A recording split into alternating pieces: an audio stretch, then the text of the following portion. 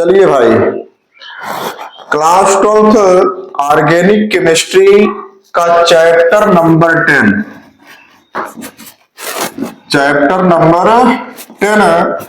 जैव अणु यानी कि बायोमॉलिक्यूल्स चैप्टर से आज ऐसे प्रश्नों के बारे में जानेंगे, ऐसे प्रश्नों को हल करेंगे जो बोर्ड एग्जाम में पूछे जाने वाले हैं। तो चलिए बिना विलंब किए जो है इस चैप्टर के महत्वपूर्ण प्रश्नों को, इंपॉर्टेंट क्वेश्चन को जाने जो बोर्ड एग्जाम में पूछे जाएंगे और 100% पूछे जाएंगे। इस बायोमॉलिक्यूल्स यानी जैव अणु चैप्टर से आपको जो है महत्वपूर्ण प्रश्नों में मुख्य रूप से जो है कार्बोहाइड्रेट्स, प्रोटीन, विटामिन्स और जो है न्यूक्लिक एसिड का अध्ययन करना है। न्यूक्लिक एसिड के जो है बारे में विस्तार से जान लेना है। तो देखेंगे तो जो कार्बोहाइड्रेट्स है, कार्बोहाइड्रेट्स किस तरह से पूछे जाएंगे, किस टाइप के प्रश्न कार्बोहाइड्रेट से पूछा जाएगा वह जान लेते हैं हम।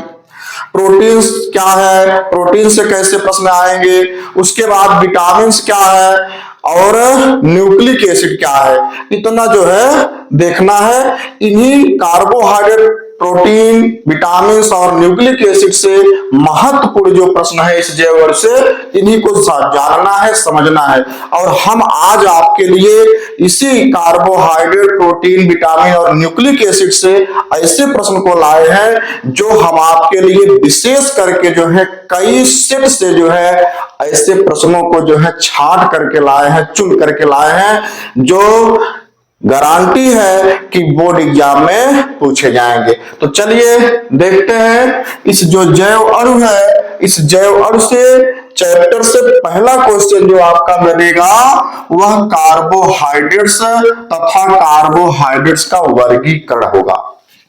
तो कार्बोहाइड्रेट्स की अगर बात करेंगे तो कार्बोहाइड्रेट्स देखेंगे तो कार्बन, हाइड्रोजन तथा ऑक्सीजन परमाणुओं से मिलकर बने हुए पॉलीहाइड्रॉक्सी यौगिक जिनमें एल्डिहाइड या कीटोनिक समूह उपस्थित होता है। एल्डिहाइड की बात करेंगे तो सिंगल बॉन्ड CHO और कीटोनिक समूह की बात करेंगे तो कुछ इस तरह से C डबल बॉन्ड O ऐसे मिल जाता है। एक कीटोन समूह है, एल्डिहाइड समूह है। तो क्या होता है, कार्बन, हाइड्रोजन तथा ऑक्सीजन परमाणुओं से मिलकर बने वे पॉलीहाइड्रॉक्सी। पॉलीहाइड्रॉक्सी का मतलब होता है कि ऐसे यौगिक जो कार्बन, हाइड्रोजन तथा ऑक्सीजन परमाणु से मिलकर के बने हों और उन यौगिकों में अधिक से अधिक, ज्यादा से ज्यादा जो है कार्बन, हाइड्रोजन तथा ऑक्सीजन के परमाणु होते हैं। यानी कि ज्यादा से ज्यादा इन पार्टिकल्स का उपस्थित होना जो है पॉलीहाइड्रॉक्सी यौगिक कहलाता है। और ऐसे पॉलीहाइड्रॉक्सी यौगिक ही कार्बोहाइड्रेट्स होते हैं और ऐसे पॉलीहाइड्रॉक्सी यौगिक में एल्डिहाइड तथा कीटोनिक समूह भी पाया जाता है, कार्बोहाइड्रेट्स कहलाता है। और देखेंगे तो जो कार्बोहाइड्रेट्स होता है ये मुख्य रूप से ज्यादातर जो है पौधों में और जो है जंतुओं में पाए जाते हैं। तो ये तो कार्बोहाइड्रेट्स की बात हो गई। अब देखेंगे कुछ कार्बोहाइड्रेट जैसे मिलता है C6H12O6, ये आपका जो है ग्लूकोज है। इस ग्लूकोज में देखेंगे तो क्या मिलेगा आपको कुछ इस तरह से, जैसे CHO इसी तरह से, उसके बाद जो है CHOH का टेकन 4 और देखेंगे फिर आपको इस तरह से C2 देखेंगे तो हाँ CH2OH ऐसे। अब इसमें देखिएगा ये जो CHO समूह है यानी कि यह तो आपका एल्डिहाइड हो गया, एल्डिहाइड है। और देखेंगे CHOH का टेकन 4 है, CHOH का टेकन 4 आपको जो है क्या होगा, सेकेंड डिग्री एल्कोहल मिलता है, सेकेंड डिग्री एल्कोहल है। और इसमें देखेंगे CH2OH में, तो यह जो है फर्स्ट डिग्री एल्कोहल है, फर्स्ट डिग्री एल्कोहल। क्या बताया अभी आपको, कार्बन हाइड्रोजन तथा ऑक्सीजन परमाणुओं से मिलकर बना पॉलीहाइड्रॉक्सी यौगिक जिसमें एल्डिहाइड अथवा जो है कीटोन समूह उपस्थित होता है, कार्बोहाइड्रेट्स कहलाते हैं। देखेंगे एग्जाम्पल में जो है C6H12O6 यानी कि ग्लूकोज मिला।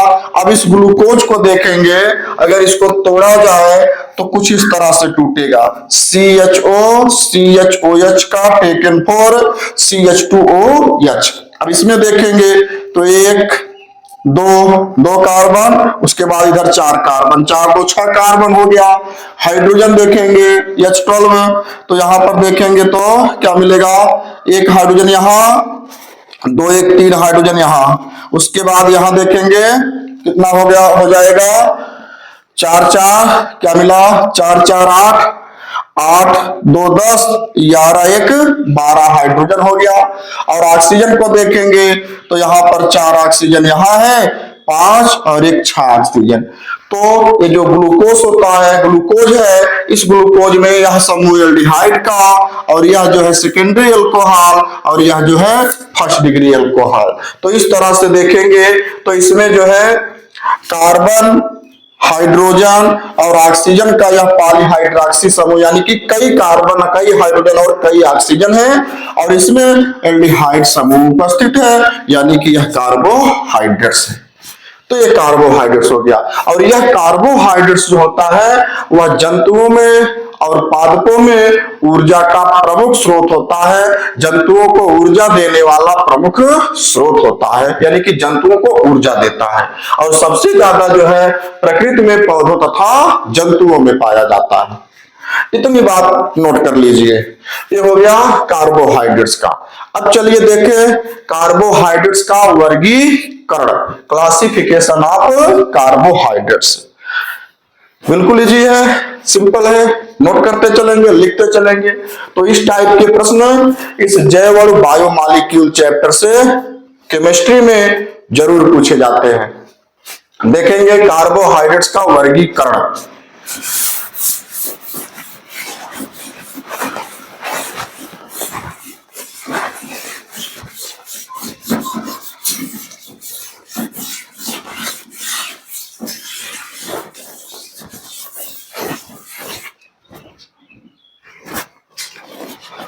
कार्बोहाइड्रेट्स का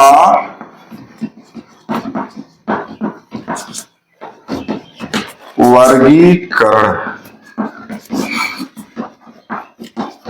कार्बोहाइड्रेट्स का जो वर्गीकरण होता है इसके भौतिक गुणों के आधार पर देखेंगे। तो कार्बोहाइड्रेट्स का वर्गीकरण जो मिला यहां पर भौतिक गुणों के आधार पर, भौतिक गुणों के आधार पर, भौतिक गुणों के आधार पर। तो कार्बोहाइड्रेट्स का जो वर्गीकरण भौतिक गुणों के आधार पर होता है यह मुख्यतः 3 प्रकार के होते हैं। तो भौतिक गुणों के आधार पर कार्बोहाइड्रेट्स का वर्गीकरण 3 प्रकार से होता है, 3 वर्गों में होता है। पहला आपको मिलता है, पहला देखेंगे तो मोनोसैकेराइड्स, मोनोसैकेराइड्स, सैकेराइड्स। अब मोनोसैकेराइड्स की बात करेंगे तो मोनोसैकेराइड्स जो कार्बोहाइड्रेट्स होते हैं ये सबसे सरल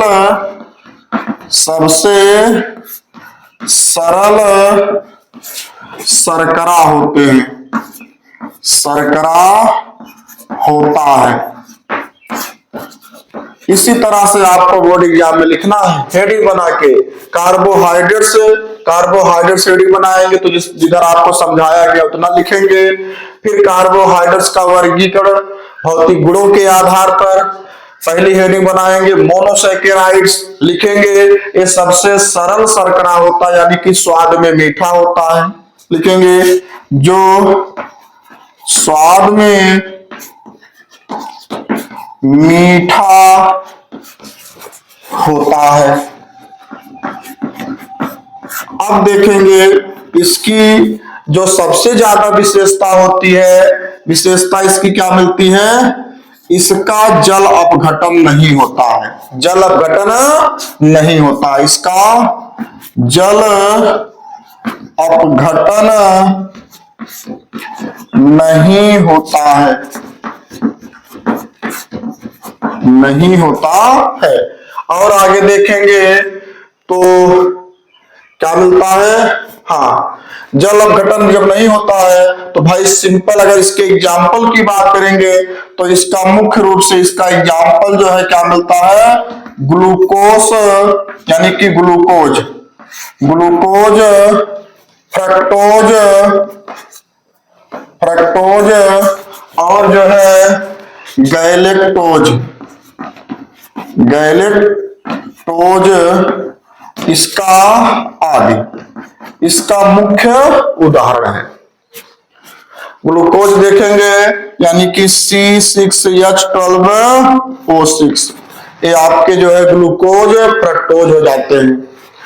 तो इसका जो है जलीय अपघटन नहीं होता है, यानी कि ये जो है और छोटे नहीं हो सकते और ये टूट नहीं सकते, यानी कि इनका अपघटन नहीं होता है। भाई जब इसका अपघटन नहीं होगा तो सीधी सी बात है, यहां पर एक कंडीशन होती है, एक शर्त होता है, इसमें नीचे लाइन जो है नोट करके लिख सकते हैं, नोट करके क्या लिखेंगे, इसमें 3 से 7 कार्बन परमाणु, 3 से 7 कार्बन परमाणु उपस्थित होते हैं, उपस्थित होते हैं। यह हो गया मोनोसैकेराइड्स। क्या मिला, ये सबसे सरल शर्करा होता है, स्वाद में मीठा होता है और जो है इसका जल अपघटन नहीं होता, यानी कि इसको तोड़ा नहीं जा सकता। एग्जाम्पल में ग्लूकोज, फ्रक्टोज, गैलेक्टोज आदि मिलता है। और ये जो मोनोसैकेराइड्स होते हैं ये जो है 3 कार्बन परमाणु वाले से लेकर के 7 कार्बन परमाणु वाले मोनोसैकेराइड्स होते हैं, कार्बोहाइड्रेट्स होते हैं। इतनी बात। अब दूसरा मिलता है जो है ओलिगोसैकेराइड्स। दूसरा क्या है, ओलिगोसैकेराइड्स, ओलिगोसैकेराइड्स। ओलिगोसैकेराइड्स को डाइसैकेराइड्स भी कहा जाता है, डाइसैकेराइड्स। कभी कभी जो है ओलिगोसैकेराइड्स करके पूछा जाता है, कभी कभी डाइसैकेराइड्स करके पूछा जाता है। इस डाइसैकेराइड्स की बात करेंगे तो ये जो है क्या होते हैं, स्वाद में कुछ मीठे होते हैं, कुछ मीठे होते हैं, स्वाद में कुछ मीठे होते हैं। और देखेंगे तो इनका जलीय अपघटन, इनका जलीय अपघटन होता है तथा ये देखेंगे तो इस तरह से,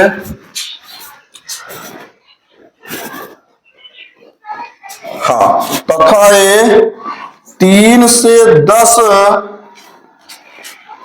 मोनोसैकेराइड्स वाले, मोनोसैकेराइड्स, सैकेराइड्स वाले 3 से 10 मोनोसैकेराइड्स अणु वाले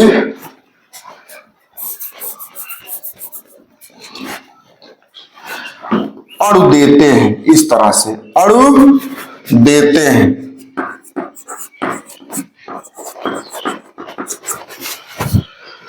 देखेंगे ये स्वाद में कुछ मीठा होता है, इनका जलीय अपघटन कराया जाता है। भाई जलीय अपघटन कराया जाएगा और ये जो है 3 से 10 मोनोसैकेराइड अणु देते हैं। कब? जब इनका जलीय अपघटन कराया जाता है।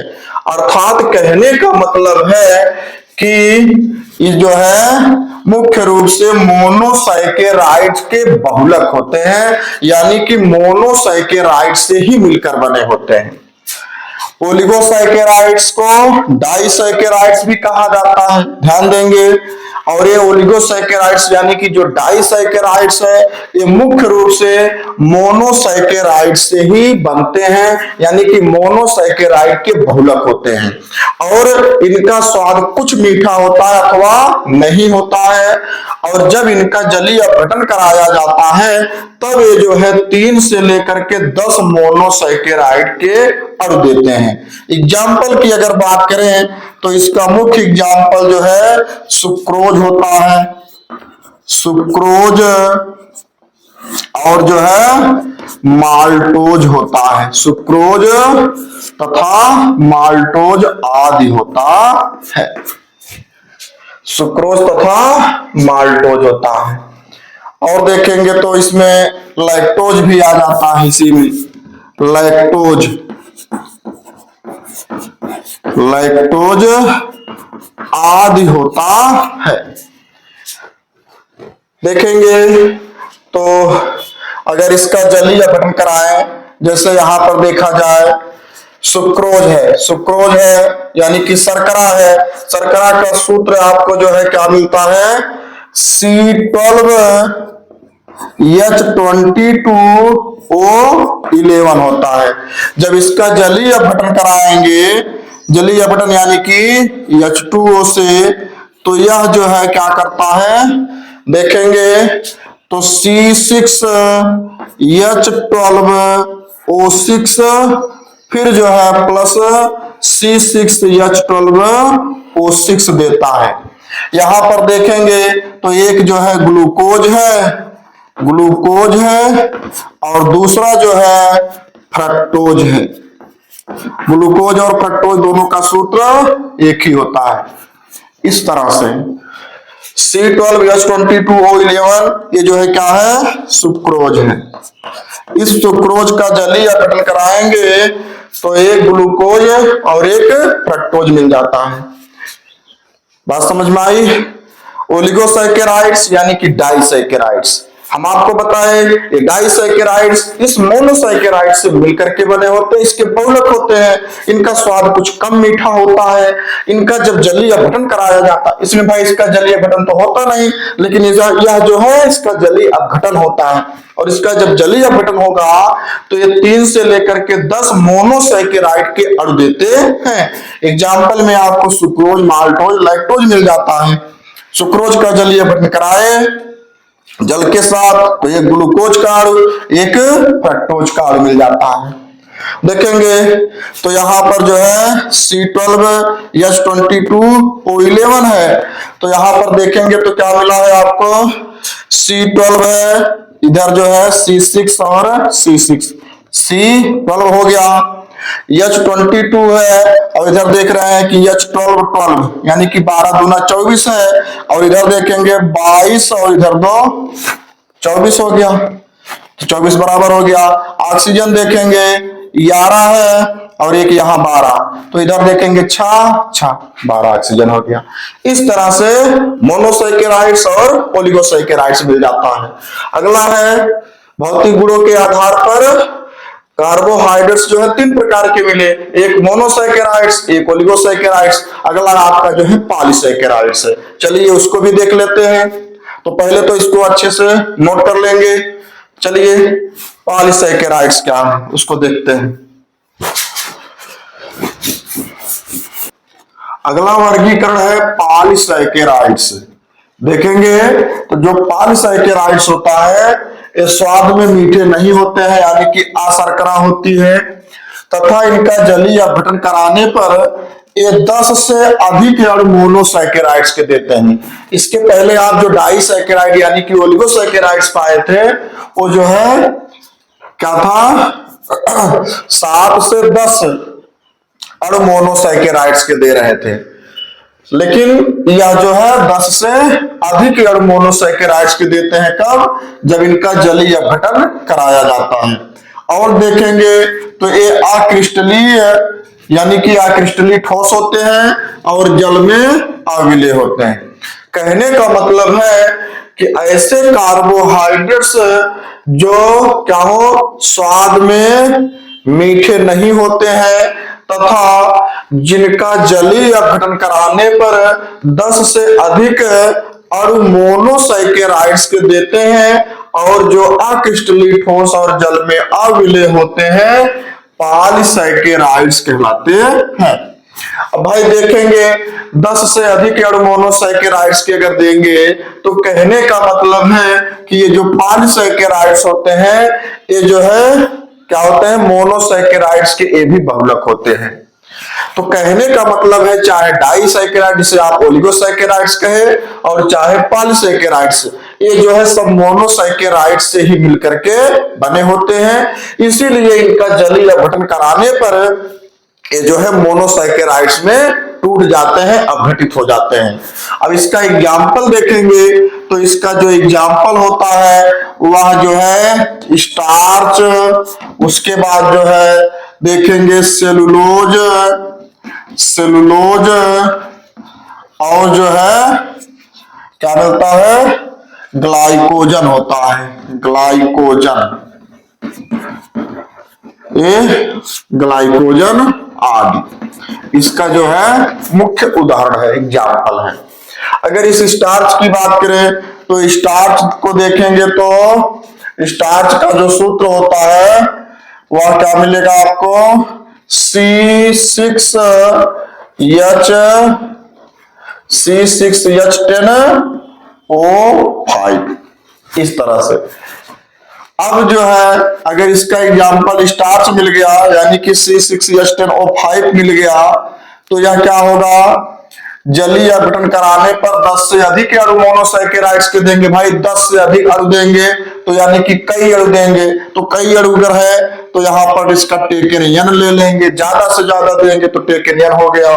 तो इसका जलीय अपघटन कराएंगे तो n टाइम में जो है जो है जल को भी लेंगे, n टाइम में जल को भी लेंगे तो यह जो है क्या करेगा, n टाइम में मोनोसैकेराइड्स भी बनाएगा यानी कि ग्लूकोज बनाएगा। तो हो जाएगा C6H12O6 का टेकन n, ये जो है ग्लूकोज बनाएगा n टाइम में, और n टाइम में जलीय अपघटन कराया गया और जो है यह स्टार्च है। इस तरह से तो ये हो गई कार्बोहाइड्रेट्स का वर्गीकरण मिल गया, जिसमें भौतिक गुणों के आधार पर क्या मिला, मोनोसैकेराइड्स, ओलिगोसैकेराइड्स जिसे डाइसैकेराइड्स कहते हैं, और तीसरा जो है पॉलीसैकेराइड्स। चलिए जैव अणु से कुछ अगली हेडिंग देखें क्या है। तो पहले तो इसको अच्छे से नोट कर लीजिए। चलिए अगली महत्वपूर्ण इंपॉर्टेंट क्वेश्चन को देखें। अगला मोस्ट इंपॉर्टेंट प्रश्न है ग्लूकोज के निर्माण की विधियां तथा रासायनिक गुण लिखिए। देखिए यह प्रश्न जो है लॉन्ग आंसर टाइप क्वेश्चन यानी कि विस्तृत उत्तरी में पूछा जाता है, और जो है जब भी यह पूछा जाएगा 5 नंबर में पूछा जाता है।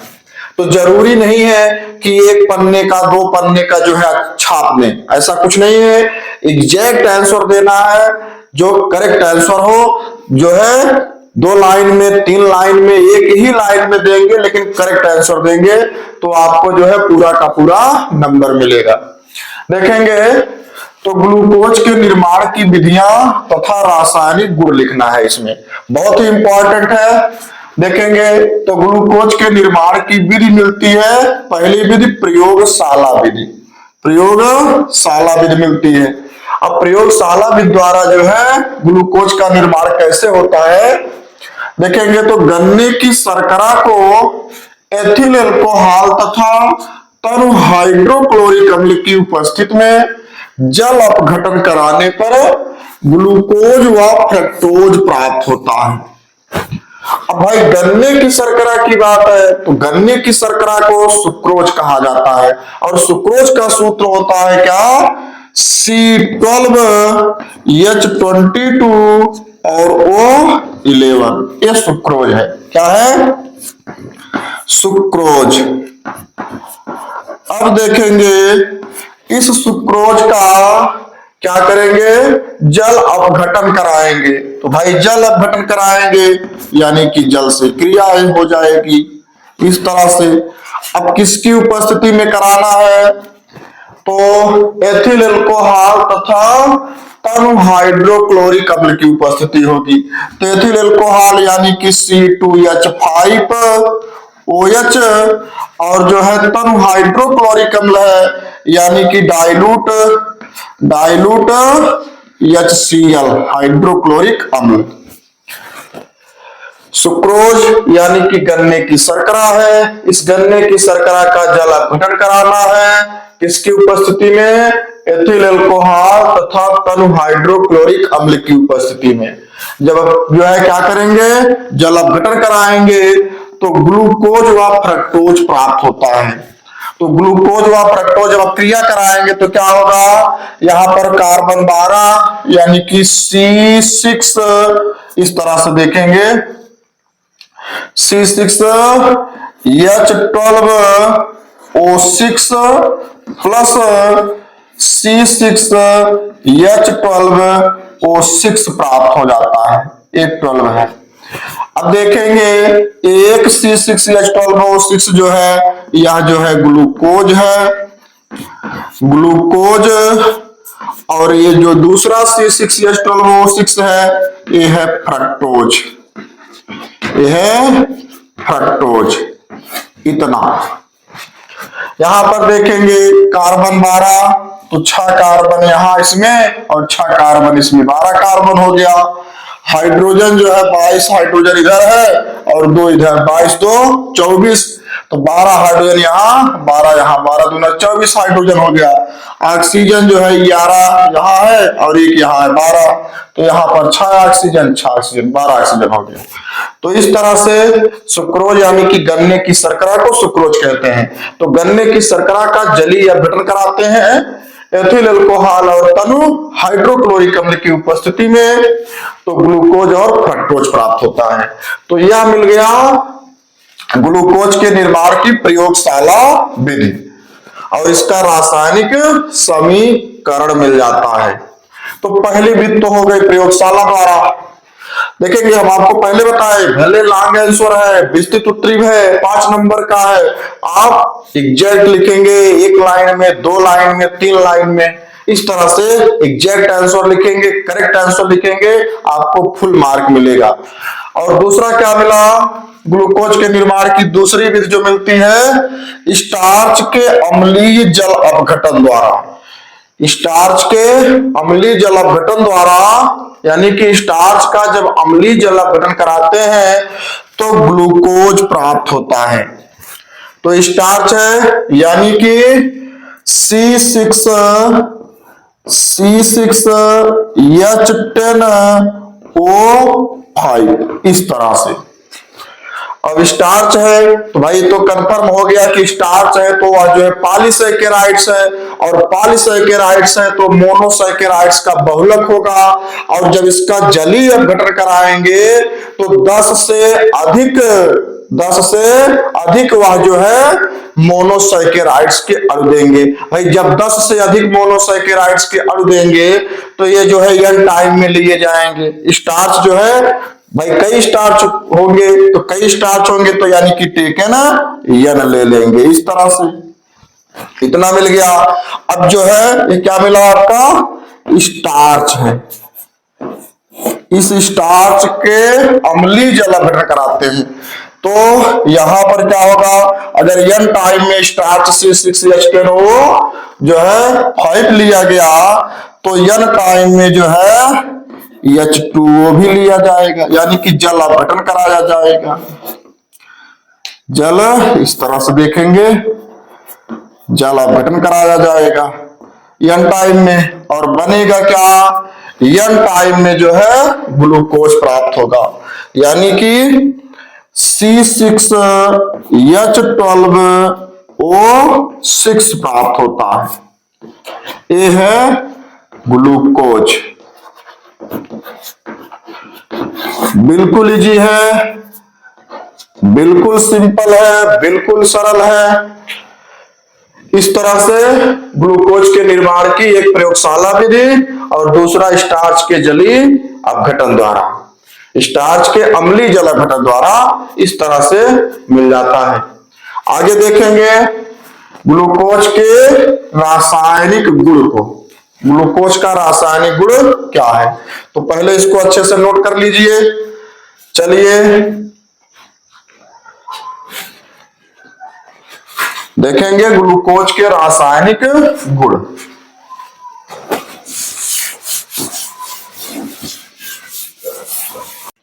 रासायनिक गुण, केमिकल प्रॉपर्टीज देखेंगे। तो रासायनिक गुण में पहला मिलता है ऑक्सीकरण। देखेंगे ये बहुत ही इंपॉर्टेंट है। देखिए अब जहां जहां आपको इंपॉर्टेंट बता रहे हैं वह इंपॉर्टेंट है, उसको लिखते चलेंगे, नोट करते चलेंगे, छापते चलेंगे। तो रासायनिक गुण में पहला मिलता है ऑक्सीकरण। तो ऑक्सीकरण देखेंगे तो ब्रोमीन जल की उपस्थिति में ग्लूकोज का ऑक्सीकरण कराने पर ग्लूकानिक अम्ल प्राप्त होता है। ग्लूकोज का ऑक्सीकरण कराना है किसकी उपस्थिति में, ब्रोमीन जल की उपस्थिति में, और प्राप्त क्या करना है, ग्लूकानिक अम्ल। अब देखेंगे तो ग्लूकोज का जो ऑक्सीकरण है, ऑक्सीकरण की क्रिया में जो ऑक्सीकरण होता है उसकी क्रिया में ऑक्सीजन का योग होता है। तो यानी कि ग्लूकोज के साथ ऑक्सीजन का योग होना है। तो ग्लूकोज में अभी हम आपको बताए कि CHO, उसके बाद जो है CHOH का टेकन फॉर्म इतना, और उसके बाद जो है आपको CH2OH। अब देखेंगे तो इस कार्बन के साथ एक कार्बन यह जुड़ा है और एक यह जुड़ा है, यानी कि ये जो है सेकेंड डिग्री एल्कोहल है, यानी कि द्वितीयक एल्कोहल है। और देखेंगे इसमें तो इस कार्बन से एक कार्बन जुड़ा है, ये फर्स्ट डिग्री एल्कोहल है।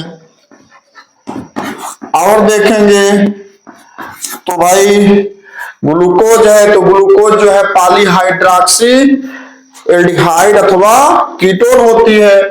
तो यहां पर ये जो है एल्डिहाइड समूह है, एल्डिहाइड है, यानी कि ये क्या है, ग्लूकोज है। ये जो है ग्लूकोज है। अब इस ग्लूकोज का ऑक्सीकरण कराना है, ऑक्सीडेशन कराना है। तो यहां पर क्या होगा, ऑक्सीजन का योग होगा, तो ऑक्सीजन का योग कराएंगे। अब क्रिया होगी ब्रोमीन जल की उपस्थिति में, तो ब्रोमीन जल की उपस्थिति यानी कि Br2, यहां पर जल लिख देंगे, ब्रोमीन जल हो गया। इस ब्रोमीन जल की अब क्रिया उपस्थिति में जब जो है ऑक्सीकरण कराएंगे किसका, ग्लूकोज का, तो क्या होगा, ये जो ऑक्सीजन है कुछ नहीं होना इसमें, ये जो ऑक्सीजन है इसके साथ जाकर के जुड़ जाएगा। ये ऑक्सीजन यहां पर जाके जुड़ेगा, तो ये जब जुड़ेगा तो ये बनाएगा COOH, और बाकी सेम संरचना वैसे रहेगी। तो क्या हो जाएगा, COOH, उसके बाद सेम वही प्रोसेस है, CHOH का टेकन फॉर्म, उसके बाद जो है CH2OH, CH2OH। ये हो गया ग्लूकानिक अम्ल, ग्लूकानिक अम्ल।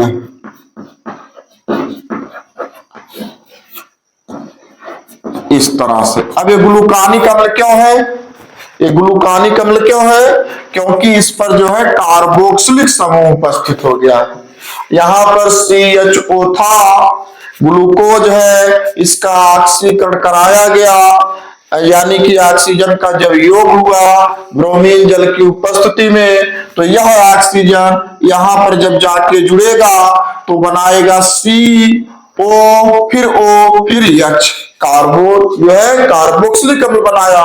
तो कार्बोक्सिलिक अम्ल की उपस्थिति इस संरचना पर होने की वजह से इसको ग्लूकानिक अम्ल कहा गया। तो ऑक्सीकरण की क्रिया में ग्लूकानिक अम्ल प्राप्त होता है। तो जल्दी से इसको नोट कर लीजिए। चलिए अगला रासायनिक गुण देखें, अगली केमिकल प्रॉपर्टी क्या होगी। लिखते चलेंगे, छापते चलेंगे, बहुत इजी है, बहुत सिंपल है और बहुत ही मोस्ट इंपॉर्टेंट है। चलिए अगला रासायनिक गुण क्या है उसको देखते हैं। दूसरा रासायनिक गुण है अपचयन। तो अपचयन में देखेंगे तो निकिल की उपस्थिति में ग्लूकोज का अपचयन कराने पर सर्बिटाल प्राप्त होता है। ग्लूकोज का जो दूसरा रासायनिक गुण है अपचयन है। अपचयन में कह रहा है कि ग्लूकोज का जब अपचयन कराया जाएगा, यानी कि अपचयन में हाइड्रोजन का योग होगा, हाइड्रोजन का योग होगा, हाइड्रोजन से क्रिया होगी। तो ग्लूकोज का जब अपचयन कराएंगे किसकी उपस्थिति में? निकिल की उपस्थिति में, तो क्या प्राप्त होता है? सर्बिटाल प्राप्त होता है। चलिए इस रिएक्शन को देख लेते हैं। तो क्या मिला? ग्लूकोज है, तो ग्लूकोज यानी कि CHO, उसके बाद जो है CHOH का टेकन 4, इसको रट लीजिए भाई, इसको रट लेंगे। फिर CH2OH, ये आपका ग्लूकोज है। क्या है? ग्लूकोज है, ग्लूकोज है। अब इसको हम जो है C6H12O6 भी लिख सकते हैं, लेकिन हम आपको समझाने के लिए इस तरह से लिख दिए हैं। तो CHOH का टेकन 4, CH2OH देखेंगे तो यहां पर जो है क्या मिला? एक कार्बन यहां पर है और जो है एक कार्बन यहां पर है, और जो है यहां पर क्या मिला? 4 कार्बन यहां पर है, यानी कि 4, 1, 5, 1, 6 कार्बन हो गया। और हाइड्रोजन को देखेंगे तो यहां पर एक हाइड्रोजन यहां पर और 2, 1, 3 हाइड्रोजन यहां पर हो गया, 4 हाइड्रोजन। और यहां पर जो है कितना मिला? यहां पर देखेंगे तो 4, इसके साथ देखेंगे CHOH का टेकन 4 है, तो यहां पर देखेंगे तो C6H12O6 में तो हाइड्रोजन के लिए देखेंगे तो कितना मिला? 4 यहां पर, 4 यहां, 4, 4, 8 और 2, 10, 10, 1, 11, 1, 12 हाइड्रोजन मिल गया। और ऑक्सीजन देखेंगे तो क्या? 4 ऑक्सीजन यहां पर, 1 यहां, 5 और जो है 4, 1, 5, 1, 6 ऑक्सीजन इस तरह से मिल जाता है। तो इसलिए इसको समझने के लिए लिख दिया गया। तो इसको याद कर लेंगे, CHO, CHOH का टेकन 4, CH2OH। अब करना क्या है? इसका अपचयन कराना है। तो अपचयन में क्या होगा? हाइड्रोजन का योग होगा, यानी कि H2 हो जाएगा। फिर उसके बाद क्या करेंगे? यहां पर जो है निकिल की उपस्थिति में, निकिल यानी कि Ni, निकिल की उपस्थिति में अपचयन कराएंगे।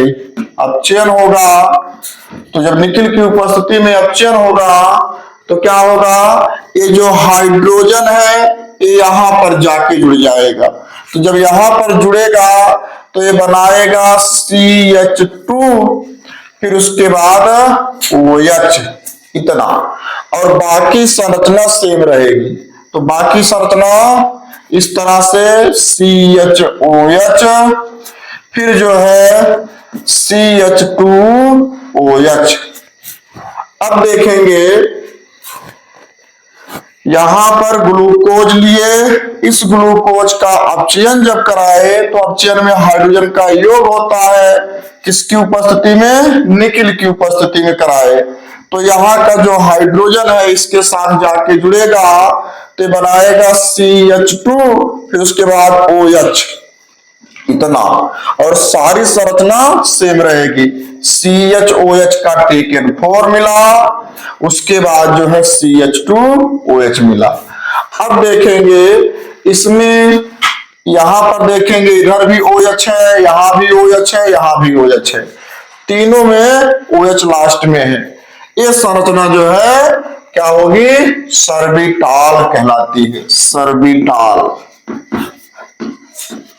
इस तरह से अपचयन होता है और अपचयन से किसका अपचयन, ग्लूकोज का अपचयन होता है और सर्बिटाल प्राप्त कर लेते हैं। अगला रासायनिक गुण देखेंगे किण्वन है।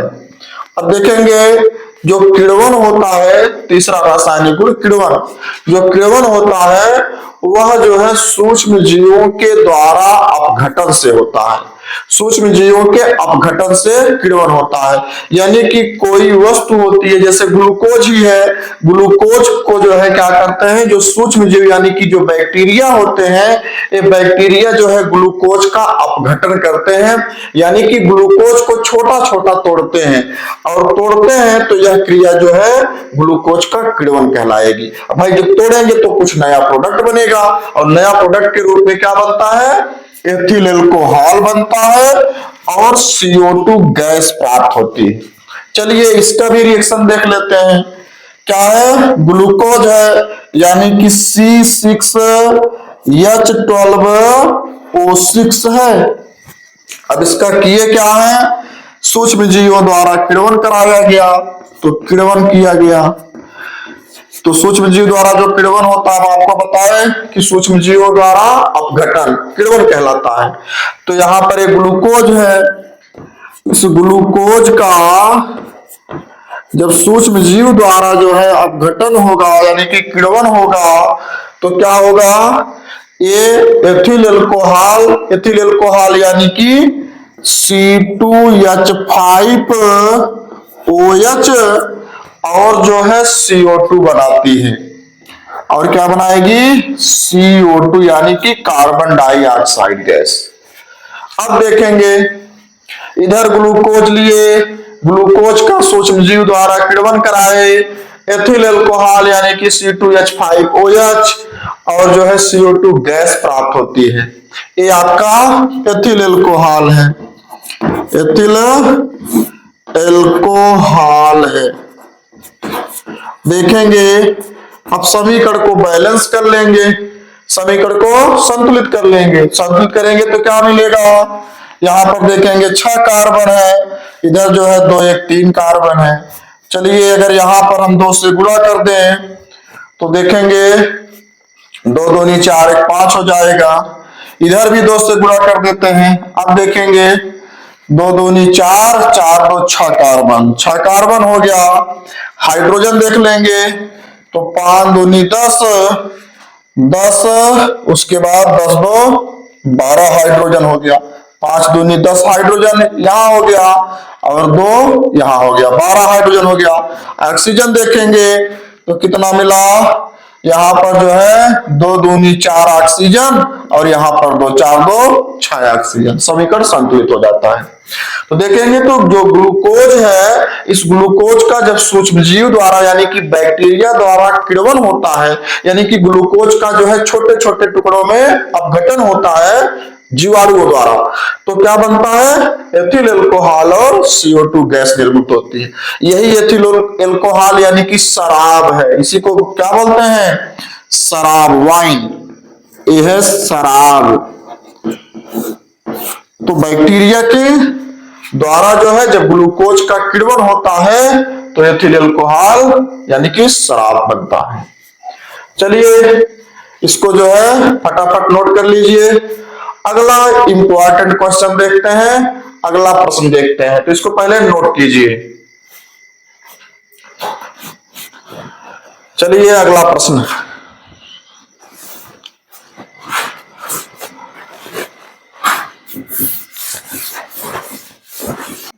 अगला प्रश्न है, मालिस परीक्षण पर टिप्पणी लिखिए।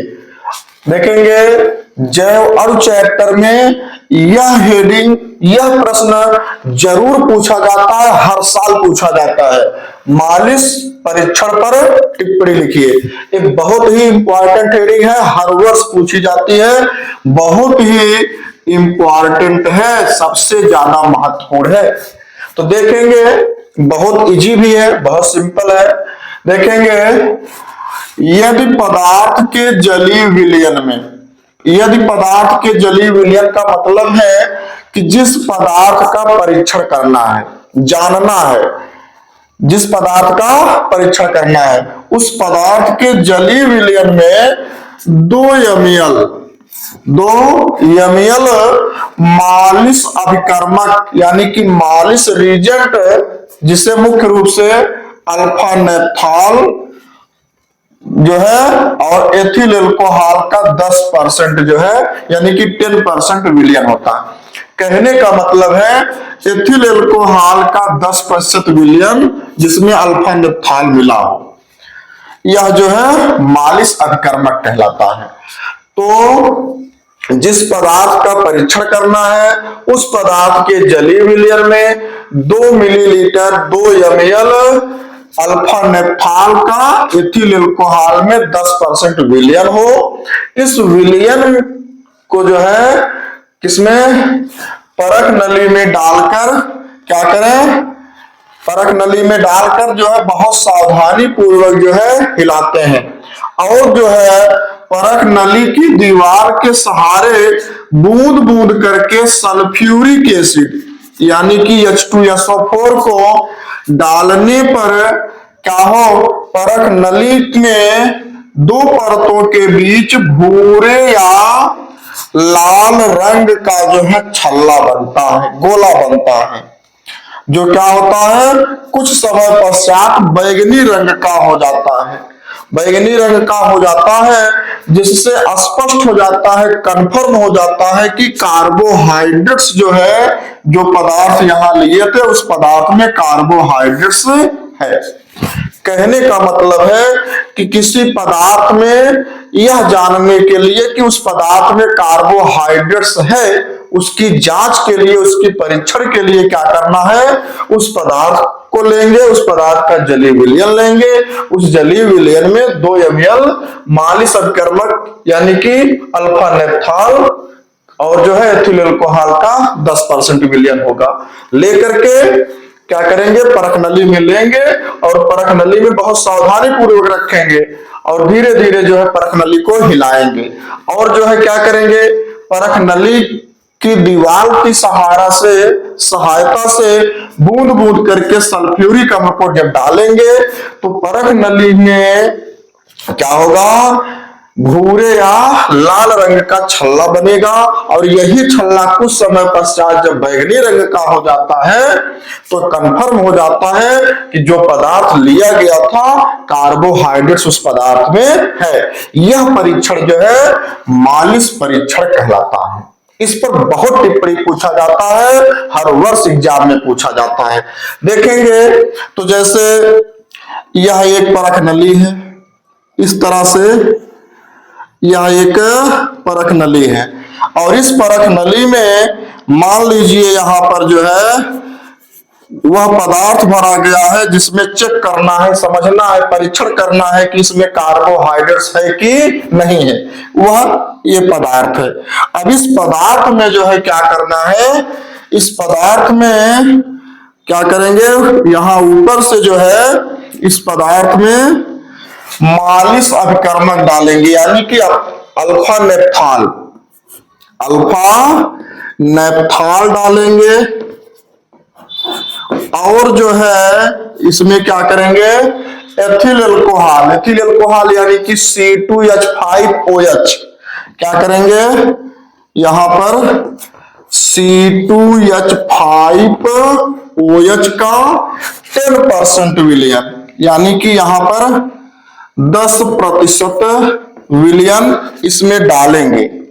जब यहां ऊपर से डालेंगे इस पदार्थ में, जिसमें पता करना है कि कार्बोहाइड्रेट्स है कि नहीं है। तो यह जो है क्या हो गया, अल्फा नेप्थाल और जो है C2H5OH का जो 10% विलयन है, यह जो है मालिस अभिकर्मक है। यह जो है मालिस अभिकर्मक है।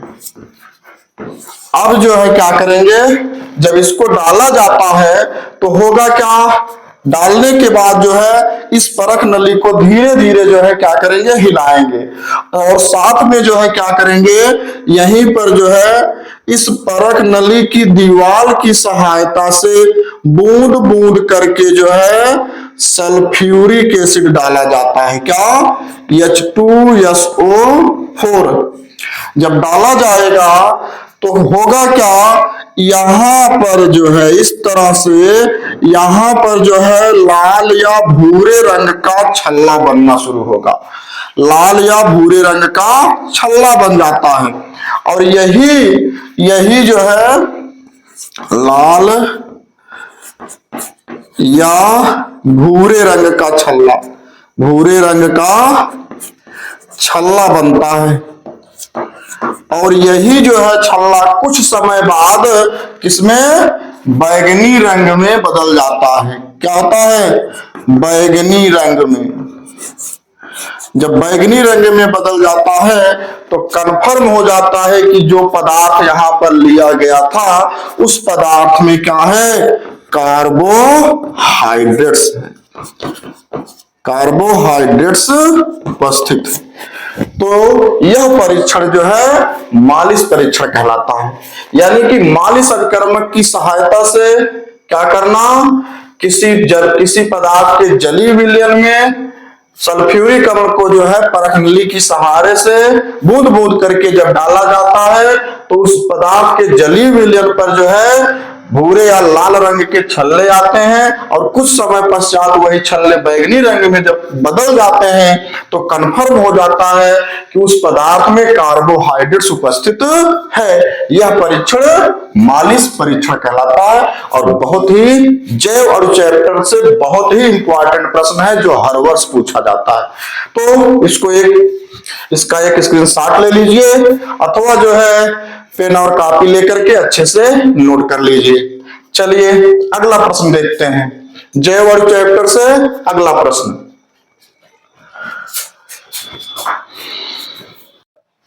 देखेंगे अगला प्रश्न है, प्रोटीन क्या है तथा प्रोटीन के प्रमुख कार्य लिखना है। तो प्रोटीन क्या है और प्रोटीन के जो प्रमुख कार्य हैं, यह जो है बहुत इंपॉर्टेंट प्रश्न है, और जो है यह भी बहुत पूछा जाता है। देखेंगे तो जैसे देखते हैं कि प्रोटीन हमारे शरीर में जो है क्या करता है, ऊर्जा देता है। प्रोटीन हमारे शरीर में ऊर्जा देने का कार्य। और देखेंगे तो जो है प्रोटीन क्या करता है, मुख्य रूप से प्रोटीन का जो मुख्य कार्य होता है, हमारे शरीर में कहीं पर जो है जब कोशिकाएं जो है जब क्षतिग्रस्त हो जाती हैं, यानी कि किसी तरह से जो है कोशिकाएं जब नष्ट होती हैं, तो उन कोशिकाओं को जो है नई कोशिका के निर्माण के लिए कोशिका का विभाजन कराता है। तो इस प्रकार को जो है हमारे शरीर को ऊर्जा तथा जो है देखेंगे तो नई कोशिका के निर्माण के लिए और जो है कोशिका विभाजन के लिए, ये जो है हमारे शरीर को जो है प्रोटीन की आवश्यकता होती है। अब बात आई है कि प्रोटीन क्या है, तो देखेंगे तो प्रोटीन उच्च अणुभार वाले नाइट्रोजन युक्त जटिल कार्बनिक यौगिक होते हैं। देखेंगे उच्च अणुभार वाले नाइट्रोजन युक्त जटिल कार्बनिक यौगिक होते हैं। अगर नाइट्रोजन युक्त जटिल कार्बनिक यौगिक की बात करें तो यहां पर जो है एमिनो अम्ल होता है। कहने का मतलब है कि जो एमिनो अम्ल होता है, इसी एमिनो अम्ल का बहुलक जो है प्रोटीन होता है। यानी कि कई एमिनो अम्ल मिलकर के जो है प्रोटीन का निर्माण करते हैं। तो इस प्रकार जो है प्रोटीन जो है क्या करता है, उच्च अणुभार वाला नाइट्रोजन युक्त जो है जटिल कार्बनिक यौगिक हो जाता है। कहने का मतलब है कि अमीनो अम्लों से मिलकर के प्रोटीन बनता है। तो अमीनो अम्ल प्रोटीन की इस प्रकार आधारभूत इकाई मानी जाती है, यानी कि प्रोटीन जो है अमीनो अम्ल से बनता है। इतनी बात। और देखेंगे तो जो ये प्रोटीन है ये सबसे ज्यादा जो है वनस्पतियों तथा जंतुओं में प्रचुरता में पाई जाती है, मतलब सबसे ज्यादा में पाई जाती है। अगर जंतु की बात करेंगे तो जंतुओं में जो है देखेंगे तो जंतु के दूध, दही, पनीर, मांस, अंडा, मछली, ये जो है जंतुओं में पाई जाने वाली प्रोटीन होती है। जंतु में दूध है तो जंतु से दूध मिलता है तो दूध में प्रोटीन है। दही, जंतु से दही बनता है तो भाई दूध है तो दूध से दही बनेगा तो दही में जो है प्रोटीन मिलेगा। पनीर में मिल जाता है। और जंतु का जो है मांस है, देखते हैं मुर्गा, मछली ये सब लोग खाते हैं, बकरा, तो इनके मांस से प्रोटीन मिल जाता है।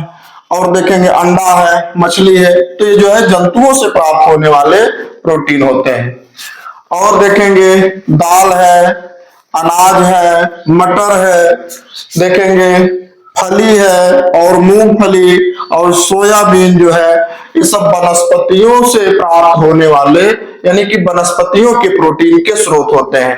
कहने का मतलब है कि दाल से प्रोटीन मिल जाता है, अनाज से, मटर में प्रोटीन पाया जाता है, फली में, मूंगफली में और सोयाबीन में जो है प्रोटीन मिलता है।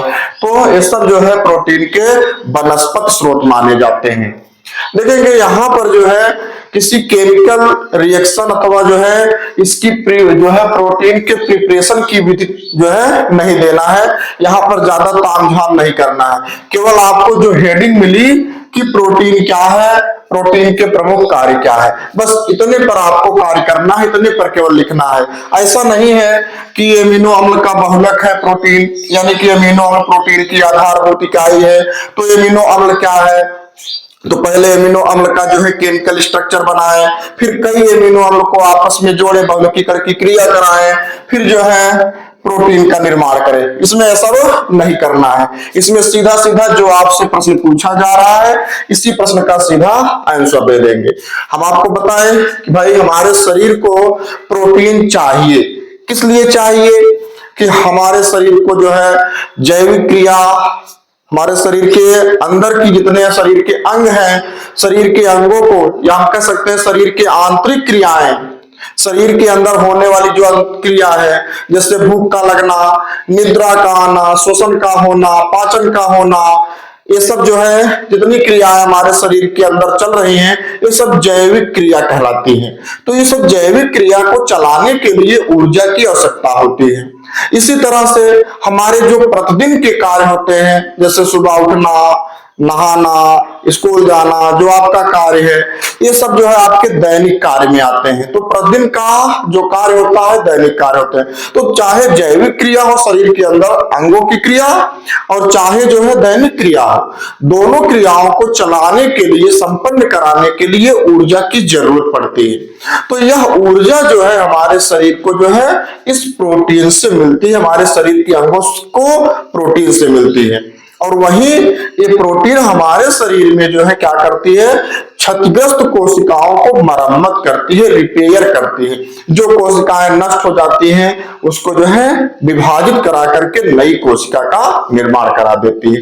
देखते हैं शरीर में कहीं चोट लग जाता है, घाव हो जाता है, तो चोट वाले स्थान पर, घाव वाले स्थान की जो मृत कोशिकाएं होती हैं, जब वो मृत कोशिकाएं नष्ट हो जाती हैं तो उसके इर्द गिर्द बची जो नई जीवित कोशिका रहती है उसी कोशिका को विभाजित करा करके घाव को भर देती है। तो ये प्रोटीन का कार्य होता है। तो इसलिए हमारे शरीर को जो है प्रोटीन चाहिए।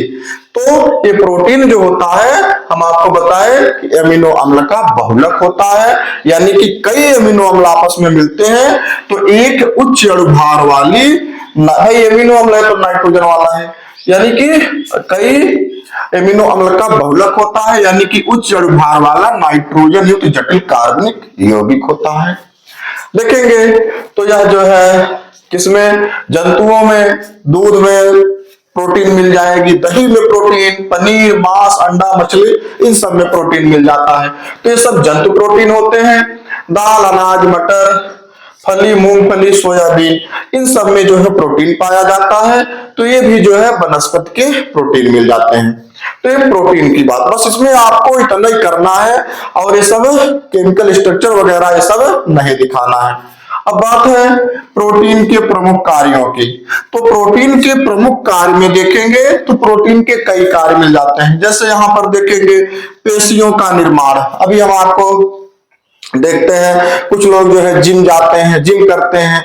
तो जिम करते हैं तो देखेंगे जिम करने वाले लोग के जो है देखेंगे तो यहाँ की जो पेशियां होती हैं, ये पेशियां काफी फुली फुली हो जाती है, मोटी हो जाती हैं। लेकिन वह जो है जिम से ही नहीं होती हैं, बल्कि वो जो जिम करने वाले लोग होते हैं वो जो है पर डे दूध पीते हैं। भाई नियम से जो है वह कुछ मात्रा में, जैसे आधा लीटर, 250 ml, आधा का मतलब 500 ml, और जो है 250 ml दूध पिएंगे। उसके बाद देखेंगे तो भाई दाल खाते हैं, अनाज में मटर, मूंगफली, इन सबको। और देखेंगे तो बहुत जो शौकीन लोग होते हैं मांस, अंडा, मछली ये सब भी खाते हैं, तो उनको प्रोटीन मिलता है। तो प्रोटीन जब मिलता है तो जिनके साथ उनको जब प्रोटीन मिलता है तो उनकी जो पेशियां होती हैं वो पेशियां जो है फूलती हैं, पेशियों का निर्माण होता है। तो इसलिए जो है उनकी पेशियां यहाँ पर फूल जाती हैं। और देखेंगे शरीर की वृद्धि व विकास में सहायक। भाई प्रोटीन देखते हैं छोटे से बच्चे रहते हैं, जब बच्चा छोटा रहता है और बच्चा बड़ा नहीं हो रहा होता है, यानी कि उसमें वृद्धि जो है उसकी लंबाई में वृद्धि नहीं हो रहा होता है, तो मम्मी पापा परेशान रहते हैं और बच्चे को मार्केट से जो है बाजार से तरह तरह के जो है प्रोटीन के डिब्बे लाते हैं, बॉर्नवीटा, कॉम्प्लान और जो है इसी तरह से हार्लिक्स। तो क्या होता है, इसी तरह से अनेकों प्रकार के जो है प्रोटीन के डिब्बे लाते हैं और बच्चे को दूध के साथ, तब भी दूध के साथ मिला के देते हैं। तो उससे होता क्या है कि जो प्रोटीन रहता है वो शरीर की लंबाई में वृद्धि कराता है। देखेंगे शरीर की लंबाई में जो वृद्धि होती है उसको जो है प्राथमिक वृद्धि कहा जाता है। और साथ साथ जो है विकास, विकास यानी कि हेल्थ का बनना, स्वास्थ्य का बनना, तो इस प्रोटीन से होता है।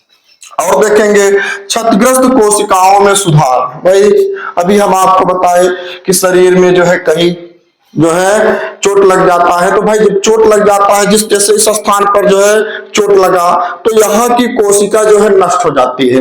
अब उस नष्ट हुई कोशिका को जो है हटा करके पुनः जो है जो इसके इर्द गिर्द जीवित कोशिका रहती है उसी कोशिका में तेजी के साथ विभाजन करा करके नई कोशिका का निर्माण करती है, जिससे घाव भर जाता है।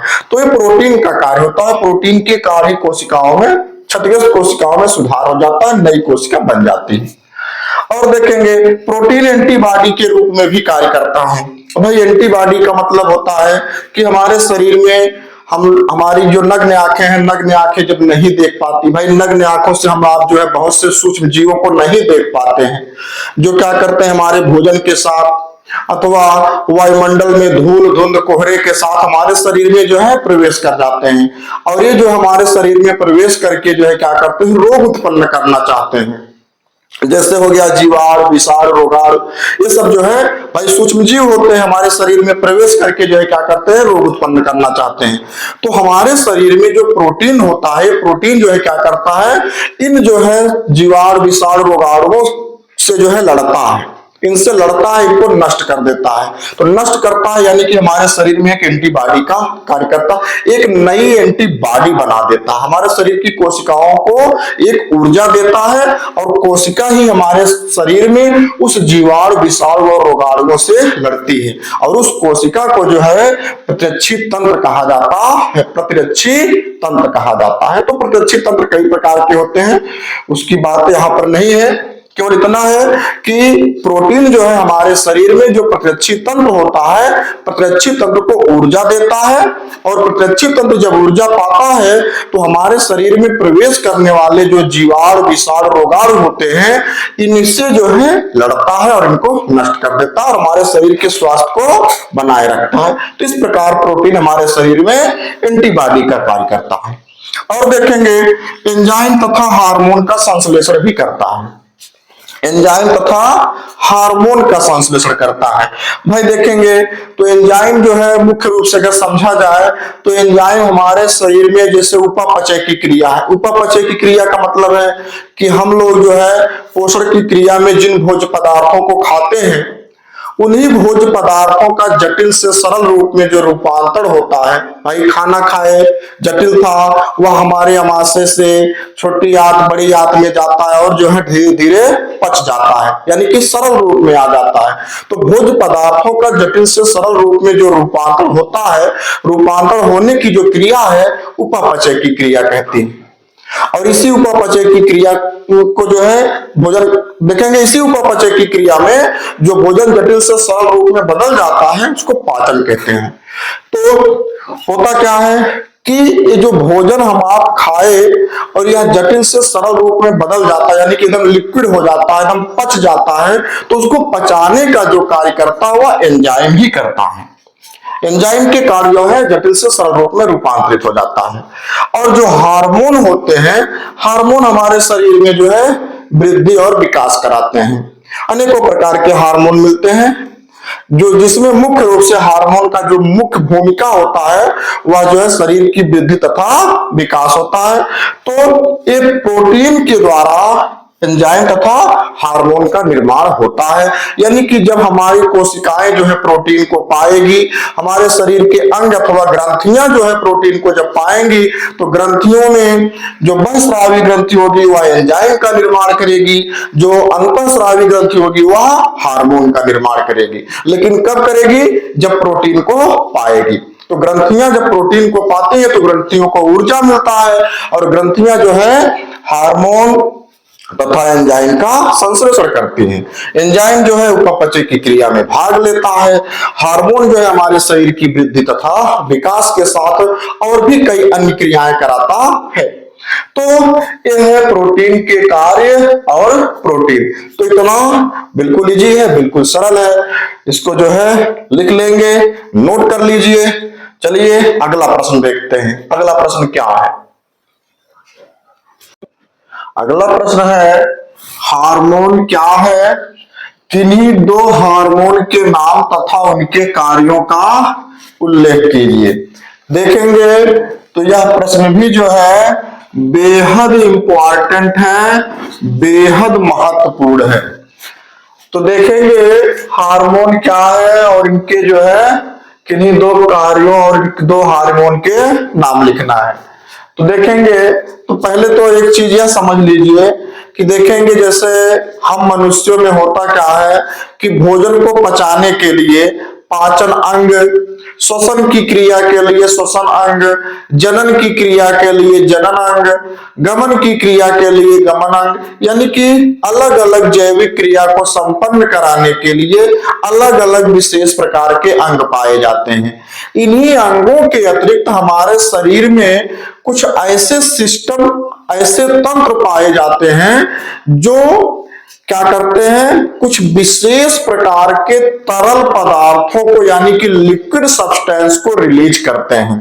तो ऐसे तंत्रों को जो है ग्रंथि कहा जाता है। क्या कहते हैं? ग्रंथि कहते हैं। अब होता क्या है कि ये जो ग्रंथि होते हैं, ग्रंथि है, ये ग्रंथियां हम आपको बताएं कि कुछ विशेष प्रकार के तरल पदार्थ यानी कि लिक्विड सब्सटेंस को रिलीज करती हैं, बनाती हैं। लेकिन ये जो लिक्विड पदार्थ बनते हैं ये जो है किस नाम से? एंजाइम। ये जो है एंजाइम के नाम से और जो है हार्मोन के नाम से बनते हैं।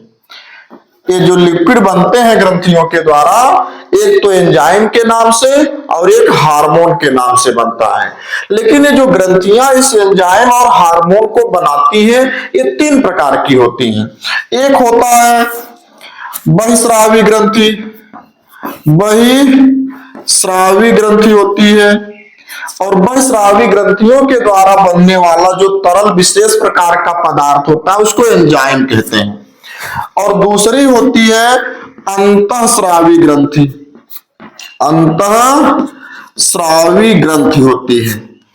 तो अंतःस्रावी ग्रंथियों द्वारा जो तरल पदार्थ बनता है वह हार्मोन कहलाता है। और ये ग्रंथि इसमें और मिलती है मिश्रित ग्रंथि, मिश्रित ग्रंथि मिलती है। तो मिश्रित ग्रंथियां क्या करती हैं, ये हार्मोन और एंजाइम दोनों को बनाती हैं, एंजाइम भी बनाती हैं, एंजाइम प्लस हार्मोन दोनों बनाती हैं। तो ये देखेंगे, अभी हम क्या बताएं कि हमारे जैविक तंत्रों के यानी कि पाचन तंत्र, श्वसन तंत्र, गमन तंत्र, जनन तंत्र, इन्हीं तंत्रों के अतिरिक्त हमारे शरीर में कुछ ऐसे सिस्टम पाए जाते हैं, ऐसे तंत्र पाए जाते हैं जो कुछ विशेष प्रकार के तरल पदार्थों को रिलीज करते हैं, बनाते हैं। तो ऐसे तंत्र ग्रंथि कहलाते हैं। और इन ग्रंथियों से प्राप्त होने वाले जो बनने वाले तरल पदार्थ होते हैं या तो एंजाइम होंगे या तो हार्मोन होंगे।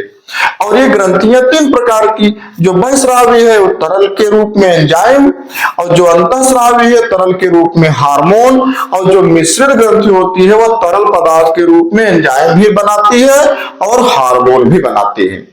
तो देखेंगे यहां पर हमारी हेडिंग जो है हार्मोन से है, यानी कि अंतःस्रावी ग्रंथ से है। अब होता क्या है कि हमारे जो तंत्र के रूप में अंतःस्रावी ग्रंथि है, यह अंतःस्रावी ग्रंथि जो है क्या करती है, हार्मोन नामक तरल पदार्थ को बनाती है। और यह हार्मोन नामक तरल पदार्थ को तभी बनाएगी जब जो हमारी ज्ञानेंद्री, ज्ञानेंद्री मतलब संवेदी जो अंग होते हैं, आंख, नाक, कान, त्वचा और जिह्वा मीन्स जीभ होता है। जैसे आंख किसी घटना को देखती है, किसी चीज को देखती है, कान किसी चीज को सुनता है, नाक जो है किसी स्मेल को सूंघता है, और जो है त्वचा किसी चीज की फीलिंग करती है, यानी कि टच करने से उसकी फीलिंग महसूस करती है। और जो है क्या बचा, एक हमारा जिह्वा जब किसी चीज के स्वाद को जानता है। तो ऐसी दशा में जो है, जैसे मान लीजिए आप बैठे हैं, कोई आया जो है आपके हाथ पर टच किया और आप देख रहे थे कहीं दूसरी तरफ, जब हाथ पर टच करता है तो या जो त्वचा है या एक ज्ञानेंद्रिय है, एक संवेदी अंग है, ये जो है क्या करती है, यह जो है फीलिंग किस प्रकार की है, आप जो है चिकोटी काट रहे हैं या जो है क्या कर रहे हैं, टच किए हैं केवल, तो जिस तरह की फीलिंग होगी, जिस तरह से आप टच किए होंगे, उसी टाइप का जो है अंतःस्रावी ग्रंथि जो है हार्मोन रिलीज कर देती है। जैसे मान लीजिए कोई टच किया, जैसे मान लीजिए अट्रैक्शन के लिए, जैसे मान लीजिए किसी का कोमल हाथ है और जो है आपके हाथ से टच किया, तो अट्रैक्शन के लिए जो है हार्मोन, अट्रैक्शन वाला हार्मोन रिलीज हो गया। और यह हार्मोन जो है क्या करता है, हमारे रुधिर के साथ, हमारे ब्लड के साथ जो है मिल करके रुधिर जो है हमारे क्या करता है, रुधिर वाहिनियों की सहायता से, ये हार्मोन हमारे रुधिर यानी कि रक्त के साथ मिलकर के रुधिर वाहिनी की सहायता से मस्तिष्क तक चला जाता है। अब भाई कौन सा हार्मोन रिलीज हुआ था, अट्रैक्शन वाला, आकर्षण वाला हार्मोन रिलीज हुआ और रुधिर के सहायता से मस्तिष्क तक चला गया, और मस्तिष्क को पता चला भैया ये तो जो है अट्रैक्शन वाला हार्मोन आ गया, तुरंत जो है क्या करेगा, शरीर के अंगों को कमांड कर देगा, नहीं अट्रैक्शन करना है, इसके प्रति आकर्षण कर लेना है, यानी कि इसको चाहना है। तो इस प्रकार जो है हार्मोन हमारे शरीर में जो है क्या करते हैं, अब देखेंगे यहाँ पर हमारे शरीर में जो है एक रासायनिक पदार्थ के रूप में भाई केमिकल है, केमिकल लोचा कहते नहीं कि शरीर में जो है जो जितनी भी, चाहे वह प्यार हो, चाहे स्नेह हो, चाहे घृणा हो, चाहे क्रोध हो, कुछ भी जो होता है हमारे शरीर में, ये सब केमिकल लोचा की वजह से होता है। तो केमिकल लोचा यानी कि केमिकल में ये हार्मोन ही है, हार्मोन ही सब कुछ कराता है। तो इस प्रकार एक केमिकल पदार्थ है, और इसका जो है कह रहा है कि हमारे शरीर में कई महत्वपूर्ण क्रियाओं का नियमन करता है। भाई हमारे शरीर में कई महत्वपूर्ण क्रिया का नियमन करना मतलब उत्पन्न करना, जैसे गुस्सा दिलाता है, हंसी दिलाता है, ईर्ष्या, तो ये सब हार्मोन ही उत्पन्न कराता है। और देखेंगे हमारे शरीर का नियंत्रण भी यही करता है, शरीर का कंट्रोलिंग भी इसी हार्मोन से हो जाता है। और यह सीधा क्या करता है, हार्मोन जो है क्या करता है, क्या करता है, हमारे रक्त के साथ जो है हमारे रक्त के साथ मस्तिष्क में पहुंचता है और मस्तिष्क जो है क्या करते हैं, शरीर का नियंत्रण कराती है। इतना ही नहीं, ये क्या करता है, हमारे शरीर के अंगों में ये जो है पूरी तरह से नियंत्रण और नियमन को स्थापित करके जो है अंत में जो है क्या करता है, ये हार्मोन नष्ट भी हो जाते हैं। तो ये है हार्मोन्स। फिर से अगर समझेंगे इसको तो देखेंगे भाई एग्जाम में लिखने की बात आएगी तो लिख भी सकते हैं कि हार्मोन शरीर में विशिष्ट कोशिकाओं के द्वारा उत्पन्न होने वाले ऐसे रासायनिक पदार्थ हैं जो शरीर की कई महत्वपूर्ण क्रियाओं का नियमन कराते हैं, यानी कि कई अनेकों प्रकार की क्रिया को उत्पन्न कराते हैं और नियंत्रण भी करते हैं। ये जिन कोशिकाओं में बनते हैं वहां से लक्ष्य कोशिकाओं तक, भाई लक्ष्य कोशिकाओं तक का मतलब है कि जहां तक कार्य कराना होता है रक्त के द्वारा पहुंचते हैं और जो है एक बार कार्य कराने के बाद नष्ट हो जाते हैं। तो इस तरह से मिल जाता है। अब है कि किन्हीं दो हार्मोन के नाम तथा उनके कार्यों का उल्लेख करना है। अब दो हार्मोन के नाम हैं, तो दो हार्मोन के नाम में जैसे देख लेंगे यहां पर, तो एक तो ले लेंगे, जैसे मान लीजिए इंसुलिन ले लीजिए, इंसुलिन, इंसुलिन हार्मोन जो होता है यह क्या करता है, हमारे शरीर में ग्लूकोज की मात्रा को नियंत्रित करता है। ग्लूकोज की मात्रा को नियंत्रित करता है। देखेंगे तो जैसे जो हमारे शरीर में ग्लूकोज की मात्रा जो होती है जब बढ़ने लगती है तो हमारे शरीर में जो है एक मिश्रित ग्रंथ के रूप में क्या होता है, पैनक्रियाज होता है, अग्न्याशय ग्रंथि होती है। वह अग्न्याशय ग्रंथि जो है क्या करती है, इंसुलिन को स्रावित कर देती है और यह इंसुलिन जो है क्या करता है, हमारे शरीर में जो ग्लूकोज है यानी कि शर्करा की मात्रा है यह जब बढ़ने लगती है तो उसको जो है क्या करता है, कंट्रोल कर देती है, नियंत्रित कर देती है। जब कभी क्या होता है कि अग्न्याशय ग्रंथियों की जो है कुछ कोशिकाएं जब नष्ट हो जाती हैं यानी कि इंसुलिन हार्मोन नहीं बन पाता है तो ऐसे लोगों में जो है क्या होता है, इस ग्लूकोज की मात्रा बढ़ जाती है, जिसे आप जो है डायबिटीज का पेशेंट कहते हैं, यानी कि शुगर के रोगी कहते हैं। तो इस तरह से। और दूसरा जो है, एक अगर और हार्मोन की बात करें तो यहां पर एक और हार्मोन ले सकते हैं, जैसे ऑक्सीटोसिन है, ऑक्सीटोसिन, चलिए ऑक्सीटोसिन को ले लेते हैं। ऑक्सीटोसिन हार्मोन देखेंगे, ऑक्सीटोसिन हार्मोन का कार्य जो होता है वह जो है पेशियों में संकुचन कराना होता है, पेशियों में संकुचन कराना होता है, संकुचन। ये देखेंगे जो ऑक्सीटोसिन हार्मोन होता है वह मुख्य रूप से जो है प्रसव वाली महिलाओं में होता है, यानी कि जो महिला जो है बच्चे को जन्म दी होती है तो ऐसी महिलाओं की जो वेजाइनल पोर्शन होती है यानी कि योनि का जो इंटरनल भाग होता है, एक्सटर्नल भाग होता है, उनकी पेशियों में संकुचन बनाने वाली जो हार्मोन होते हैं ऑक्सीटोसिन हार्मोन होता है। चलिए एक अगर भूल भी जाएंगे, अगर मान लीजिए इन दोनों हार्मोन को भूल जाएंगे तो कुछ जो है अलग से और भी हार्मोन देख लेंगे। जैसे यहां पर जो है मिल जाता है आपको पिट्यूटरी हार्मोन्स, क्या, पिट्यूटरी हार्मोन। तो पिट्यूटरी हार्मोन की अगर बात करेंगे तो देखेंगे जो पिट्यूटरी हार्मोन होता है वह शरीर में वृद्धि नहीं, वृद्धि लिखेंगे, यानी कि अंगों में वृद्धि भी कराएगा, यानी कि शरीर के अंगों में वृद्धि, तो वृद्धि तथा विकास का कार्य करता है, वृद्धि तथा विकास कराने का कार्य करता है। तो शरीर के अंगों में वृद्धि और शरीर के अंगों को स्वस्थ रखने का जो हार्मोन होता है वह पिट्यूटरी हार्मोन होता है। इसी तरह से और हार्मोन को देखेंगे तो जो है रिलैक्सिन हार्मोन मिलता है, रिलैक्सिन हार्मोन। जो रिलैक्सिन हार्मोन होता है रिलैक्सिन। रिलैक्सिन हार्मोन देखेंगे तो यह जो है स्त्रियों में प्रसव पीड़ा को कम करता है, प्रसव पीड़ा को कम करता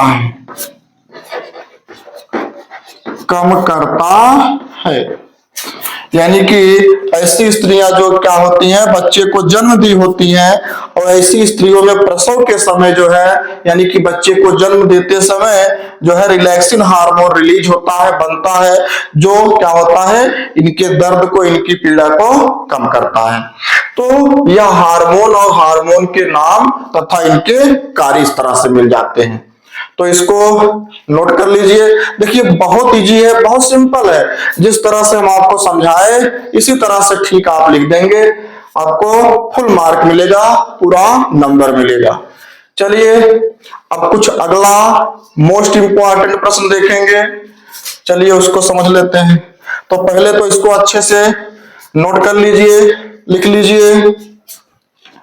चलिए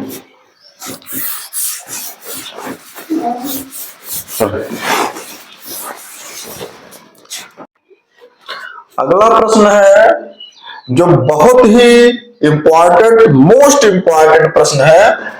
मोस्ट इंपॉर्टेंट प्रश्न है क्या? विटामिन क्या है, ये किस प्रकार वर्गीकृत किए गए हैं, तथा विटामिन के रासायनिक नाम और उनकी कमी से होने वाले रोगों का नाम लिखना है। तो यह प्रश्न जो है बहुत बेहद इंपॉर्टेंट है, बहुत इंपॉर्टेंट है।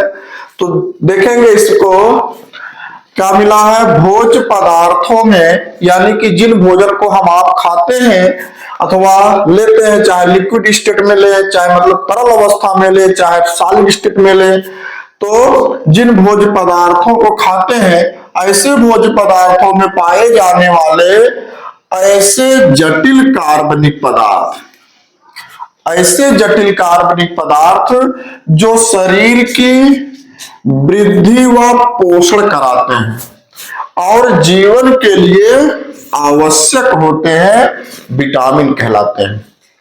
कहने का मतलब है कि हमारे आपके द्वारा ग्रहण किए जाने वाले वे भोज्य पदार्थ, चाहे तरल अवस्था में हम लोग लेते हो, चाहे ठोस अवस्था में, जिस रूप में लेते हैं, उन भोज्य पदार्थों में पाए जाने वाले ऐसे जटिल कार्बनिक पदार्थ जो शरीर की वृद्धि कराते हैं और जो है पोषण कराते हैं।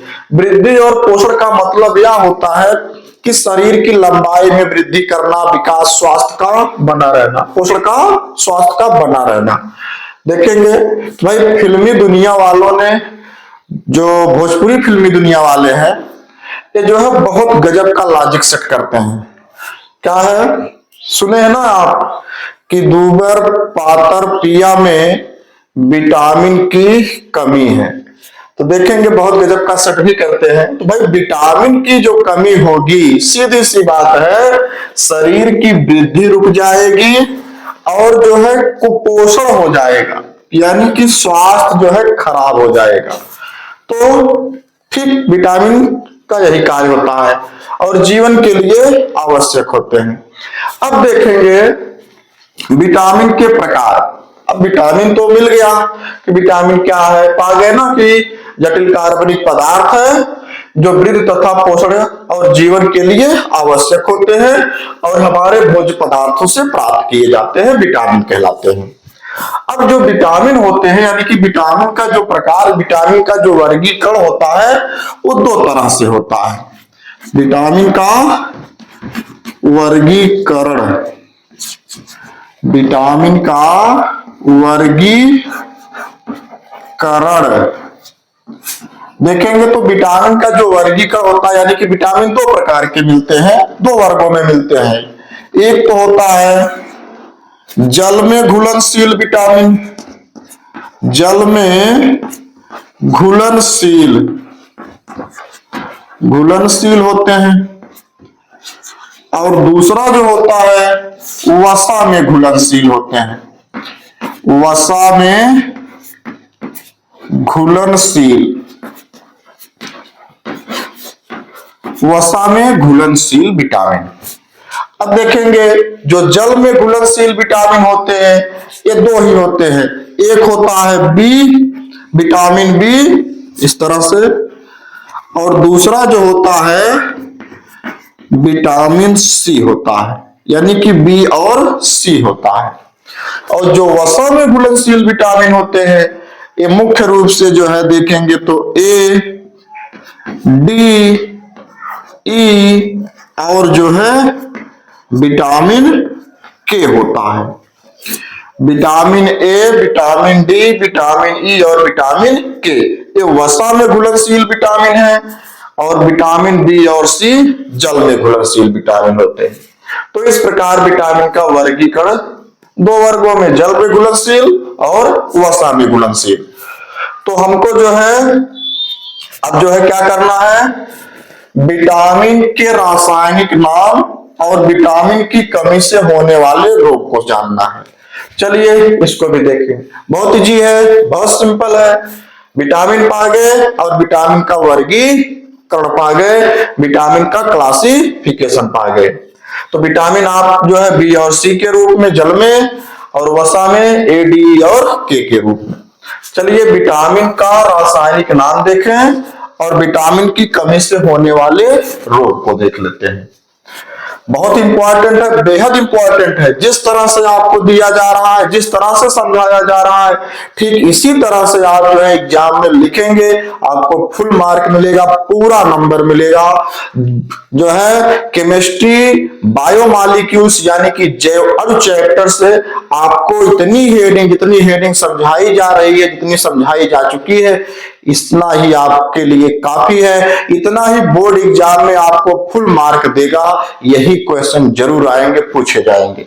चलिए अभी जो है विटामिन के रासायनिक नाम, इसकी कमी से होने वाले रोग को देख लेते हैं।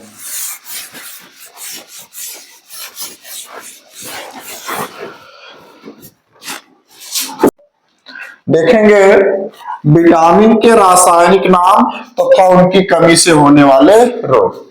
तो देखेंगे यहां पर जो है 3 कॉलम दिया गया है, एक विटामिन के लिए, एक विटामिन के रासायनिक नाम और एक जो है कमी से होने वाले रोग।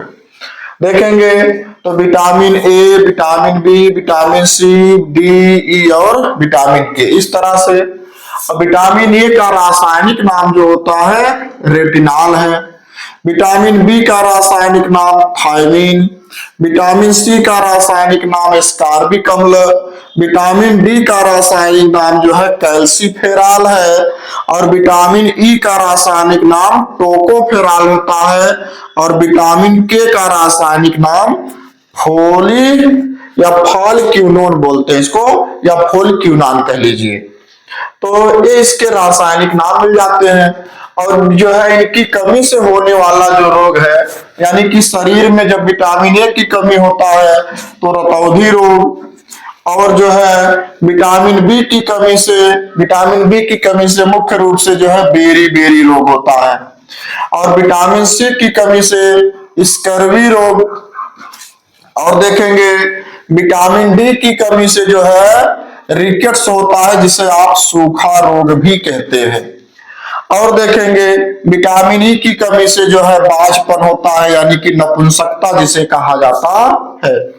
और विटामिन के की कमी से जो है शरीर में रक्त का थक्का ना बनना, यानी कि जब शरीर में कहीं जो है चोट लग जाती है तो ब्लड का स्राव होने लगता है, ब्लड बहने लगता है। तो जब विटामिन के की कमी रहेगी तो वहां पर जो है ब्लड का थक्का नहीं बनेगा, यानी कि रक्त का स्राव बना रहता है। तो इस तरह से जो है विटामिन के रासायनिक नाम और उसकी कमी से होने वाले रोग को जो है ऐसे जो है क्या करेंगे, चार्ट बना लेंगे, यानी कि तालिका बना करके एक तरफ जो है विटामिन का नाम, रासायनिक नाम और उसकी कमी से होने वाले रोग को इस तरह से लिख देंगे। अब जो है देखेंगे तो अगर देखा जाए तो विटामिन ए जो है मुख्य रूप से जो है गाजर जो है विटामिन ए का प्रमुख स्रोत होता है। इसके साथ साथ जो है हरी सब्जियां और जो है ताजे फल होते हैं, तो खाने से विटामिन ए मिल जाता है। और देखेंगे जो विटामिन बी होता है, विटामिन बी भी जो है हरी सब्जियों से प्राप्त होते हैं, पत्तेदार सब्जियां, हरी सब्जियों से विटामिन बी मिलता है। विटामिन सी की देखेंगे तो विटामिन सी जो है मुख्य रूप से विटामिन सी का प्रमुख स्रोत जो है नींबू होता है, आंवला होता है, ये सब होता है। और विटामिन डी के लिए देखेंगे तो विटामिन डी जो है, विटामिन डी का जो प्रमुख स्रोत होता है वह सूर्य का प्रकाश होता है, सूर्य का प्रकाश होता है। इसके साथ साथ जो है मांस, मछली, अंडा, ये सब जो है विटामिन डी के प्रमुख स्रोत होते हैं। अब विटामिन ई को देखेंगे तो विटामिन ई में जो है जो ड्राई फूड होते हैं, ड्राई फूड का मतलब जैसे काजू, बादाम जो है, गरी, और उसके बाद जो है किशमिश, ये सब जो है विटामिन ई के प्रमुख स्रोत होते हैं। और विटामिन के को देखेंगे तो विटामिन के में जो है हरी सब्जियां, पत्तेदार सब्जियां, ये जो है विटामिन के की प्रमुख स्रोत होती हैं। तो इनसे आप जो है विटामिन गाजर से, हरी सब्जियों से, उसके बाद नींबू, आंवला, सूर्य का प्रकाश, मांस, मछली, अंडा, और ई के लिए जो है ड्राई फ्रूट्स, काजू, बादाम, और विटामिन के जो है हरी सब्जियां, पत्तेदार सब्जियों से प्राप्त कर सकते हैं। तो एग्जाम में आपको जो है विटामिन के रासायनिक नाम और उसकी कमी से होने वाले रोग को लिखने के लिए इस तरह से तालिका बनाना पड़ेगा, चार्ट बनाना पड़ेगा। विटामिन, रासायनिक नाम, कमी से रोग और इसके प्रमुख स्रोत। अगर जो है प्रमुख स्रोत लिखेंगे तो प्रमुख स्रोत हेडिंग बना करके प्रमुख स्रोत भी लिख दीजिएगा। तो इस तरह से इसको लिख लेंगे। चलिए एक अंतिम और जो है मोस्ट इंपॉर्टेंट हेडिंग है न्यूक्लिक अम्ल। चलिए न्यूक्लिक अम्ल क्या है उसको समझ लेते हैं, जान जाते हैं, क्योंकि न्यूक्लिक अम्ल जो है इस जैव अणु वाले चैप्टर में बहुत ही महत्वपूर्ण जो है हेडिंग है। और न्यूक्लिक अम्ल हर वर्ष पूछा जाता है, जो है किसी भी सेट को उठा के देखेंगे तो न्यूक्लिक अम्ल जो है जैव अणु जो है चैप्टर से केमिस्ट्री में पूछा जाता है। तो चलिए न्यूक्लिक अम्ल को देख लेते हैं, उसको भी समझ लेते हैं। तो इसको तो पहले फटाफट जो है नोट कर लीजिए, लिख लीजिए। चलिए भाई न्यूक्लिक अम्ल को देखते हैं। अगली हेडिंग आपकी है न्यूक्लिक अम्ल किसे कहते हैं, इन्हें कितने भागों में बांटा गया है। देखेंगे जो आपका एक केमिस्ट्री का जो चैप्टर है जैव अणु यानी कि बायोमॉलिक्यूल्स, ये बायोलॉजी से संबंधित है ही। तो जो ये न्यूक्लिक अम्ल होता है ये जीव शरीर में पाया जाता है। और इस न्यूक्लिक अम्ल की खोज जो है सबसे पहले फ्रीडरिक माइसर नामक वैज्ञानिक के द्वारा किया गया था, जो केंद्रक में किया गया था, केंद्रक में देखा गया था। तो यानी कि जीवधारी की कोशिका के, चाहे जिस पृथ्वी पर जितने भी जीवधारी हैं, जीवधारी की कोशिका के अंदर जो केंद्रक होता है, इस केंद्रक के अंदर जो है तरल पदार्थ के रूप में इस न्यूक्लिक अम्ल का अध्ययन फ्रीडरिक माइसर के द्वारा किया गया था, देखा गया था। और जो है यह न्यूक्लिक अम्ल जो है क्या होता है, उच्च अणुभार वाले बृहद अणु होते हैं। यानी कि बृहद अणु का मतलब है कि 1000 से अधिक डाल्टन के अणुभार वाले जो होते हैं ये बृहद अणु में आते हैं। और यह जो है ये जो न्यूक्लिक अम्ल होता है यह आनुवांशिक सूचनाओं को पहुंचाने का कार्य करता है। आनुवांशिक सूचना का मतलब यह होता है कि माता पिता के जो दैहिक लक्षण होते हैं, दैहिक लक्षण का मतलब यह है कि माता पिता के शरीर का रंग, रूप, कद, काठी, भाषा, शैली, चाल चलन, और जो है जननिक लक्षण, जननिक लक्षण का मतलब होता है कि मेल और फीमेल। इन सब सूचनाओं को कहने का मतलब है कि माता पिता के जो दैहिक और लिंगी लक्षण होते हैं उससे जो है माता पिता से उनके बच्चों में ले जाने का कार्य पीढ़ी दर पीढ़ी जो है ये न्यूक्लिक अम्ल ही करता है। और साथ ही यह जो है कोशिकाओं का ढांचा भी बनाता है, यानी कि दैहिक शरीर देने का कार्य करता है, एक व्यक्ति का, एक बच्चे का निर्माण भी कराता है। तो ये है न्यूक्लिक अम्ल। देखिए क्या है आपका जो है केमिस्ट्री से, या हेडिंग केमिस्ट्री से आपका है, तो इसमें बायोलॉजी का बहुत ज्यादा हिस्ट्री की जरूरत नहीं है, लेकिन जितना है कितना आपको केवल सिंपल जानना है कि न्यूक्लिक अम्ल जो होता है, ये न्यूक्लिक अम्ल जो है समस्त जीवधारी की कोशिका के अंदर जो केंद्रक होता है, इस केंद्रक में तरल पदार्थ के रूप में पाए जाते हैं। इसका अध्ययन जो है फ्रीडरिक माइसर नामक वैज्ञानिक के द्वारा किया गया और इनके द्वारा बताया गया कि ये जो न्यूक्लिक अम्ल होते हैं उच्च अणुभार वाले बृहद अणु होते हैं, यानी कि 1000 से अधिक डाल्टन का इनका अणुभार होता है। और यह जो है क्या करता है, समस्त जीवधारियों में क्या करता है, माता पिता के दैहिक और उनके जन्निक लक्षण यानी कि माता पिता के रूप, रंग, कद काठी, भाषा शैली, इन सबको जो है उनके बच्चों में पीढ़ी दर पीढ़ी ले जाने का कार्य कराता है। यानी कि माता पिता के लक्षणों को जो है बच्चों में देता है, यानी कि आनुवांशिक सूचनाओं को पहुंचाता है। और साथ ही यह जो है जीव शरीर की कोशिका को ढांचा देता है, यानी कि शरीर की संरचना भी बनाता है। तो ये है न्यूक्लिक अम्ल। और देखेंगे तो न्यूक्लिक अम्ल के प्रकार की बात करेंगे तो इसका जो प्रकार होता है, ये न्यूक्लिक अम्ल जो है 2 प्रकार के होते हैं। एक होता है डीएनए के रूप में और दूसरा जो होता है वह आरएनए होता है। डीएनए को देखेंगे तो यह जो है इसका पूरा नाम होता है डीऑक्सी राइबोन्यूक्लिक एसिड होता है।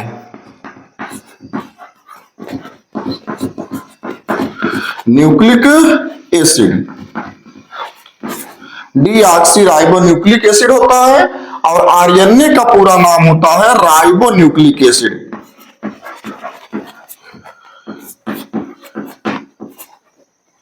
न्यूक्लिक एसिड इस तरह से ये जो है डीऑक्सी राइबोन्यूक्लिक एसिड होता है और यह जो है राइबोन्यूक्लिक एसिड होता है। तो ये जो न्यूक्लिक अम्ल होते हैं 2 प्रकार के, एक डीएनए के रूप में और एक आरएनए के रूप में। तो ये 2 प्रकार के मिल जाते हैं। अब चलिए इसकी संरचना पर चलते हैं कि डीएनए की जो है अथवा न्यूक्लिक अम्ल की जो संरचना है, मैं देखो न्यूक्लिक अम्ल के रूप में आपको सिलेबस में और जो है आपके इस केमिस्ट्री जैव अणु वाले चैप्टर में जो न्यूक्लिक अम्ल है वो डीएनए के रूप में दिया है, आरएनए नहीं दिया है। तो हम कहने का मतलब है कि डीएनए की संरचना को देखते हैं, डीएनए की संरचना क्या है, तब इसका और स्पष्टीकरण हो जाएगा। तो इतनी बात जो है पहले नोट कर लीजिए, लिख लीजिए। बिल्कुल इजी है, बिल्कुल सरल है, इसमें बहुत ज्यादा कुछ करना नहीं है। जिस तरह से आपको बताया जा रहा है ठीक इसी तरह से आपको लिखना है। देखेंगे तो यह क्वेश्चन जो होता है, यह प्रश्न जो होता है, ये बहुत इंपॉर्टेंट है आपके केमिस्ट्री में, यानी कि जैव अणु वाले चैप्टर में, क्योंकि यह हर वर्ष पूछा जाता है। ये काफी इंपॉर्टेंट होता है, बायोलॉजी से रिलेटेड है इसलिए और ज्यादा पूछता है। और यह आपको जो है ज्यादातर जो है 3 नंबर में पूछा जाता है। वैसे तो देखेंगे तो 20 में भी पूछा जाता है 5 नंबर में, लेकिन 5 नंबर में बहुत कम पूछा जाता है। 3 नंबर में यह जो है ज्यादा पूछा जाता है, 3 नंबर में आते हैं, यानी कि 3 मार्क से होते हैं। चलिए अब जो है डीएनए की संरचना को देख लेते हैं। तो पहले इसको नोट कर लीजिए, चलिए इसको नोट कर लो पहले। चलिए अगला जो मोस्ट इंपॉर्टेंट प्रश्न आपका है, यह जो है यह भी काफी इंपॉर्टेंट है, काफी कई बार पूछा गया है, कई सेट में लगातार पूछा गया है, इसलिए यह जो है वेरी वेरी इंपॉर्टेंट है, बहुत ज्यादा इंपॉर्टेंट है। क्या है, वाटसन एवं क्रिक द्वारा प्रस्तुत डीएनए की द्विकुंडली संरचना का वर्णन कीजिए। देखेंगे तो जो वाटसन और क्रिक जो है 2 अलग अलग वैज्ञानिक थे। तो इन्होंने क्या किया था कि वाटसन और क्रिक जो है जो न्यूक्लिक एसिड के रूप में डीएनए मिला, अभी हम आपको न्यूक्लिक एसिड का प्रकार बताए, तो न्यूक्लिक एसिड में जो है जो डीएनए था यानी कि डीऑक्सी राइबोन्यूक्लिक एसिड है, इसी डीऑक्सी राइबोन्यूक्लिक एसिड की जो एक संरचना बताए कि ये जो डीएनए होता है वो द्विकुंडल के रूप में होता है, डबल हेलिक्स होता है, यानी कि कुंडल यानी कि छल्ले के रूप में, डबल छल्ले के रूप में होता है। इस चीज को जो है वाटसन और क्रिक बताए, कब 1953 में बताए। और जो है इसी के लिए, इसी द्विकुंडली मॉडल के लिए इन्हीं वाटसन और क्रिक को जो है 1962 में नोबेल पुरस्कार से सम्मानित भी किया गया। इतना ही नहीं, इन्होंने और बताए कि जो डीएनए होता है, ये डीएनए जो है 3 प्रमुख घटकों से मिलकर के बने होते हैं। अभी हम आपको क्या बताए कि डीएनए का प्रकार बताए थे। डीएनए का दो प्रकार मिला था, एक न्यूक्लिक एसिड, न्यूक्लिक एसिड के प्रकार बताए तो न्यूक्लिक एसिड यानी कि न्यूक्लिक अम्ल जो है दो प्रकार का मिला, एक डीएनए के रूप में डीऑक्सीराइबोन्यूक्लिक एसिड के रूप में, और एक आरएनए यानी कि राइबोन्यूक्लिक एसिड के रूप में। तो जो डीएनए है यानी कि डीऑक्सीराइबोन्यूक्लिक एसिड है, इसी डीएनए के विषय में वाटसन और क्रिक ने जो है इसकी संरचना कि डीएनए किस प्रकार से दिखता है, तो इसकी संरचना प्रस्तुत की है और बताए कि डीएनए जो है द्विकुंडली होता है, यानी कि दो छल्ले, जैसे आप देखे होंगे कि जो है क्या होता है कि आभूषण वाले के यहाँ गहना होना जो बेचते हैं उनके यहाँ देखेंगे तो कान की जो कुंडल होती है, यानी कि तो जो है क्या होती है, दो कुंडल ऐसे आपस में करके जो है लगा करके रखे होते हैं, तो कुंडल के रूप में, डबल कुंडल के रूप में डीएनए की संरचना को जो है वाटसन और क्रिक द्वारा दिया गया, बताया गया। कब? 1953 में। और इसी बात के लिए इनको जो है 1962 में नोबेल पुरस्कार से सम्मानित किया गया। और इतना ही नहीं, वाटसन और क्रिक ने यह भी स्पष्ट किया कि जो डीएनए होता है वो तीन प्रमुख घटकों से मिलकर के बना होता है। तो यहां पर जो है पहला मिलता है डीऑक्सीराइबोज शर्करा, और जो है नाइट्रोजनीस क्षार या नाइट्रोजनीस समाक्षार, और जो है फास्फेट मूलक। इन्हीं तीन घटकों से मिलकर के डीएनए बना होता है। अब देखेंगे जो बायोलॉजी वाले हैं, तो बायोलॉजी वाले को तो अच्छी तरह से पता है कि डीऑक्सीराइबोज शर्करा क्या है और नाइट्रोजनी क्षार क्या है, कि नाइट्रोजनी क्षार में जो है प्यूरिन और पिरिमिडिन, प्यूरिन का जो है क्या मिलता है, एडमिन, ग्वानिन, और पिरिमिडिन का थायमिन और साइटोसिन मिलता है। और यह भी आपको पता है कि प्यूरिन का पहला नाइट्रोजनी समाक्षार पिरिमिडिन के पहले नाइट्रोजनी समाक्षार से जुड़ता है, और प्यूरिन का दूसरा नाइट्रोजनी समाक्षार पिरिमिडिन के दूसरे नाइट्रोजनी जो है समाक्षार से जुड़ता है। फिलहाल इन सब की जरूरत नहीं है, लेकिन इतना आप जानिए कि डीएनए के तीन प्रमुख घटक होते हैं, डीऑक्सीराइबोज शर्करा से मिलकर बना होता है, नाइट्रोजन क्षार से मिलकर बना होता है, और फास्फेट मूलक। ये तीन घटक से डीएनए की संरचना होती है। और जो द्विकुंडलीय संरचना है, वाटसन और क्रिक ने जो है कुछ इस प्रकार से दिखाया कि भाई देखेंगे तो द्विकुंडल के रूप में इस तरह से मिल जाते हैं। तो ये जो है वाटसन और क्रिक के द्वारा दिया गया द्विकुंडलीय संरचना है, इतनी चीज मिल जाती है। अब देखेंगे इसी द्विकुंडलीय संरचना यानी कि द्विकुंडलीय मॉडल पर जो है वाटसन और क्रिक जो है अपना कुछ मत भी दिए कि ये जो है किस तरह से बने होते हैं, कितनी जो है इसकी दूरी होती है, कैसे कैसे होते हैं, इसका चलिए मत देखते हैं। वाटसन और क्रिक के द्वारा डीएनए द्विकुंडल पर इनका जो है मत मिलता है। तो इतना तो पहले नोट कर लीजिए, लिख लीजिए।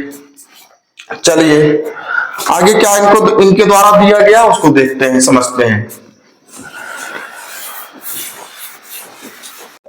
वाटसन और क्रिक ने इस डीएनए के द्विकुंडलीय मॉडल के बारे में और जो है क्या बताया कि डीएनए का प्रत्येक अणु दो पाल न्यूक्लियोटाइड का बना होता है, जिनका व्यास लगभग 20 एंगस्ट्रॉम होता है। यानी कि जो द्विकुंडलीय मॉडल है डीएनए की, यह जो है दो पाल न्यूक्लियोटाइड का, एक न्यूक्लियोटाइड की संरचना ए है और दूसरी न्यूक्लियोटाइड की संरचना ए है। तो इस तरह से दो पाल न्यूक्लियोटाइड की संरचना होती है। और देखेंगे एक पाल न्यूक्लियोटाइड से दूसरे न्यूक्लियोटाइड के, एक न्यूक्लियोटाइड से दूसरे न्यूक्लियोटाइड के बीच का जो व्यास होता है यहां से यहां तक जो है 20 एंगस्ट्रॉम का होता है, इतनी चीज। और देखेंगे दूसरा क्या है कि प्रत्येक पाल न्यूक्लियोटाइड में फास्फेट तथा शर्करा समूह एकांतर क्रम में जुड़े होते हैं। देखेंगे तो प्रत्येक पाल न्यूक्लियोटाइड में, यानी कि एक पाल न्यूक्लियोटाइड संरचना ए है और दूसरी पाल न्यूक्लियोटाइड संरचना ए है। तो प्रत्येक पाल न्यूक्लियोटाइड जो है संरचना में फास्फेट तथा जो है शर्करा समूह, यानी कि इसमें देखेंगे तो बीच में ऐसे यहां पर जो है फास्फेट, उसके बाद जो है और शर्करा यस P+S, फिर जो है P+S इस तरह से P+S, इस तरह से जो है प्रत्येक जो है पॉलीन्यूक्लियोटाइड में ऐसे बीच में फास्फेट समूह और जो है शर्करा समूह, इस तरह से दोनों जो है यहाँ पर जो है P+S, P+S, इस तरह से जो है फास्फेट और शर्करा समूह एकांतर क्रम में, इधर देखेंगे तो इसका एकांतर ए होगा और इसका एकांतर ए होगा, तो एकांतर क्रम में जुड़े होते हैं। और देखेंगे तो फास्फेट समूह एक तरफ की शर्करा के 5' कार्बन तथा दूसरी तरफ के जो है 3' कार्बन से जुड़ा होता है। अगर जो है यहां पर जो है क्या करें, इसको 5' सिरा मान लें, तो इसका जो है यानी कि प्रारंभिक सिरा जहां से आप शुरुआत करेंगे, जहां से कैलकुलेशन करेंगे, तो इसका अंतिम सिरा जो है ये 3' सिरा होगा। और इसी तरह से दूसरे पॉलीन्यूक्लियोटाइड पर यह जो है अंतिम सिरा 3' और इसका प्रारंभिक सिरा यहाँ पर 5' होता है, इस तरह से होता है। आगे जो है वाटसन और क्रिक आगे क्या बताए कि दोनों पॉलीन्यूक्लियोटाइड श्रृंखला नाइट्रोजनी क्षार द्वारा जुड़े होते हैं, यानी कि जो ये पॉलीन्यूक्लियोटाइड संरचना है और जो ये पॉलीन्यूक्लियोटाइड संरचना है, ये दोनों पॉलीन्यूक्लियोटाइड संरचना एक दूसरे से किससे, नाइट्रोजनी क्षार द्वारा जुड़े होते हैं, जिसमें जो एडेनिन नाइट्रोजनी क्षार है, एडेनिन जो है जो थायमिन से जुड़ती है। हम आपको बताए अभी कि प्यूरिन और पिरिमिडिन दो समाक्षार होते हैं, तो प्यूरिन से जो है एडेनिन और जो है क्या मिलता है, ग्वानिन मिलता है, और पिरिमिडिन से थायमिन और साइटोसिन मिलता है। लेकिन जब ये डीएनए के साथ जुड़ते हैं तो जो है एडेनिन के साथ थायमिन जुड़ती है और दोनों के बीच में हाइड्रोजन बंध बनता है, और हाइड्रोजन बंध जो बनेगा वह जो है उस हाइड्रोजन बंध जो है द्विआबंध के साथ एक दूसरे से जुड़ते हैं। यानी कि अगर यहाँ पर इस पॉलीन्यूक्लियोटाइड और इस पॉलीन्यूक्लियोटाइड के बीच में यहाँ देखेंगे तो यहाँ पर जो है एडेनिन है और यहाँ पर थायमिन है। एडेनिन से थायमिन जुड़ी है, एडेनिन को कैपिटल ए से और थायमिन को कैपिटल टी से निरूपित करते हैं, और दोनों के बीच में हाइड्रोजन आबंध का द्विबंध बनता है, यानी कि डबल आबंध द्वारा ये जुड़े होते हैं। जबकि जो ग्वानिन और साइटोसिन होता है, यहां पर देखेंगे ग्वानिन है और साइटोसिन है, यह जो है त्रिआबंध से जुड़ते हैं, यानी कि ट्रिपल बॉन्ड होता है इस तरह से। और इसी तरह से देखेंगे तो इसमें जो है 4 नाइट्रोजन समाक्षार ऐसे लगे होते हैं, यानी कि 4 जो है फास्फेट यानी कि बॉन्ड बना होता है।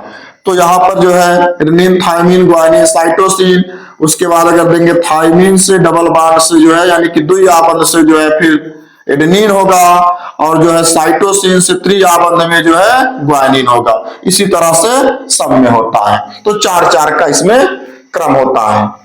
इस तरह से आगे देखेंगे डीएनए अणु में 10 नाइट्रोजन क्षार के बीच की न्यूनतम दूरी लगभग 34 एंगस्ट्रॉम यानी कि 34 एंगस्ट्रॉम होती है। तो यहां पर नाइट्रोजन क्षार है, तो नाइट्रोजन क्षार अभी हम आपको बताए कि ये जो इसका बंध है, यानी कि एक कॉलम में यानी कि एक कुंडल में 4 नाइट्रोजन आबंध होता है, 4 बंध होता है। तो देखेंगे अगर कैलकुलेशन करेंगे तो कह रहा है कि 10 नाइट्रोजन क्षार के बीच की न्यूनतम दूरी, अगर देखें तो यहां पर 1 2 3 4 5 6 7 8 9 10, यानी कि यहां से लेकर के यहां देखिए 1 2 3 4 5 6 7 8 9 10, यहां से लेकर के यहां तक की जो दूरी होगी वह जो है 34 एंगस्ट्रॉम होगी। इस तरह से भाई जब 34 एंगस्ट्रॉम है तो सिंपल है कि एक जो है नाइट्रोजनी क्षार से दूसरे नाइट्रोजनी क्षार यानी कि एक फास्फेट बॉन्ड से मूलक से दूसरे फास्फेट मूलक समूह के बीच की दूरी यहां से यहां तक जो होगी वह 10 एंगस्ट्रॉम 10 जो है एंगस्ट्रॉम होती है। तो यह चीज जो है डीएनए के द्विकुंडलनी मॉडल के रूप में मॉडल के लिए जो है वाटसन और क्रिक के द्वारा बताया गया कि डीएनए की ये विशेषता होती है। तो इस तरह से देखेंगे, बहुत इंपॉर्टेंट है, बहुत ही कंपलसरी है। तो देखिए वीडियो को जो है पॉज करके जो है एक एक पॉइंट को लिखेंगे, एक एक, इसमें जो है बहुत रटने की जरूरत नहीं है।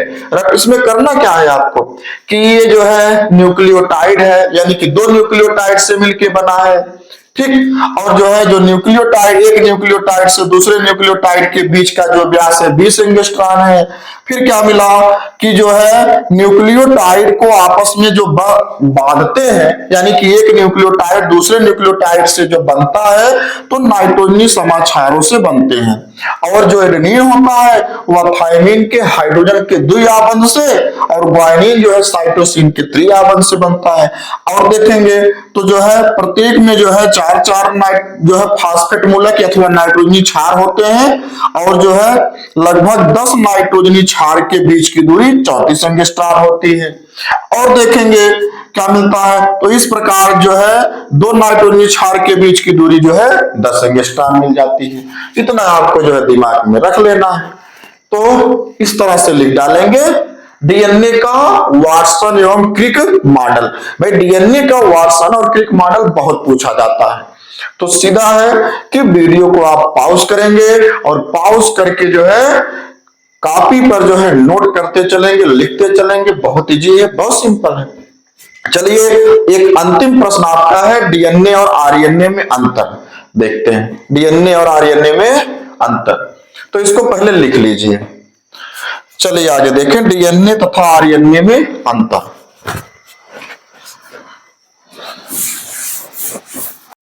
अब देखेंगे डीएनए तथा आरएनए में अंतर। अब डीएनए तथा आरएनए में अंतर क्या है, तो देखेंगे, तो इधर देखेंगे तो डीएनए इस तरह से लिख देते हैं, डीएनए, और जो है इधर आरएनए, आरएनए। डीएनए और आरएनए में अंतर देखेंगे तो जो देखेंगे, जो डीएनए होता है, डीएनए जो है लाखों न्यूक्लियोटाइड का, लाखों न्यूक्लियोटाइड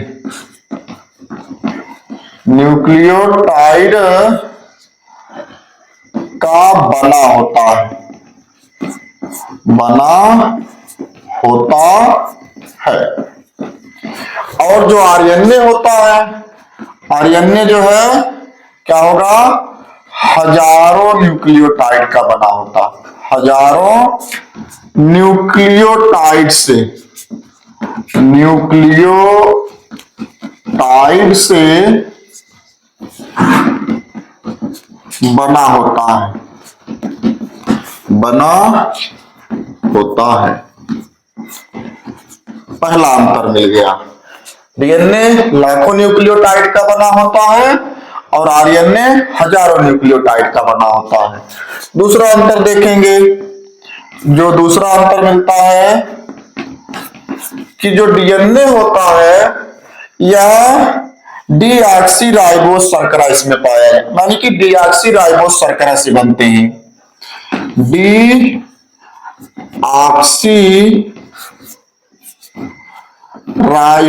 शर्करा इसमें होती है, राइबोज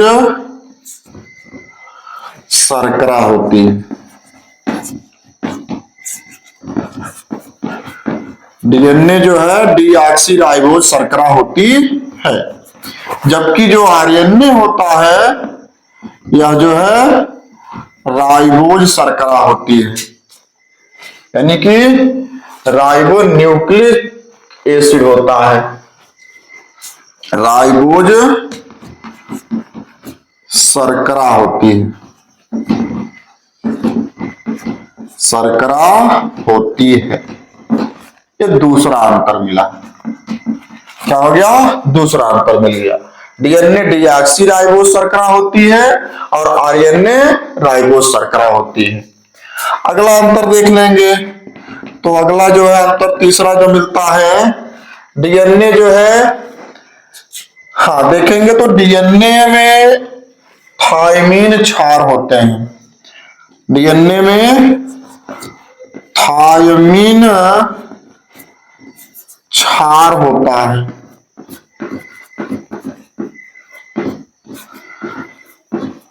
इस तरह से देखेंगे डीएनए में थायमीन क्षार होता है, बाकी सब जो है दोनों में कॉमन होते हैं। यहां पर जो आरएनए होता है, आरएनए में जो है थायमीन के स्थान पर यूरेसिल पाया जाता है, यूरेसिल क्षार होता है, यूरेसिल क्षार होता है। इस तरह से देखेंगे तो डीएनए में थायमीन क्षार होता है, बाकी सब कॉमन है। यूरे जो है आरएनए में यूरेसिल क्षार होता है, बाकी सब कॉमन होता है। तो इस तरह से 3 अंतर मिल जाता है। और देख लेंगे एक आध अंतर, तो चलिए इस तरह से एक और अंतर देखते हैं। देखेंगे तो डीएनए जो होता है द्विकुंडलीय संरचना होता है, यानी कि यह जो है द्विकुंडलित होते हैं, द्विकुंडलित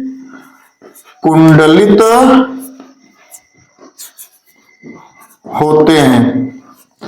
डीएनए जो है द्विकुंडलित होता है, जबकि आरएनए जो है यह एक कुंडली संरचना होता है, एक कुंडलित होता है।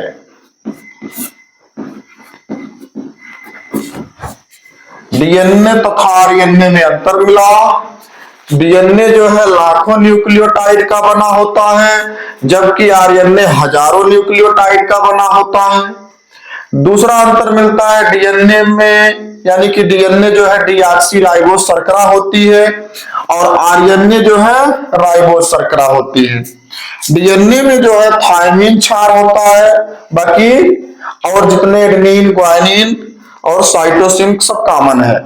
और आरएनए में जो है थायमीन के स्थान पर यूरेसिल होता है, बाकी सब एडेनिन और जो है ग्वानिन, साइटोसिन कॉमन होते हैं। और डीएनए में जो है जो चौथा अंतर मिलता है, ये द्विकुंडलित होते हैं, डबल हेलिक्स होते हैं, और आरएनए जो है एक कुंडलित सिंगल हेलिक्स होते हैं।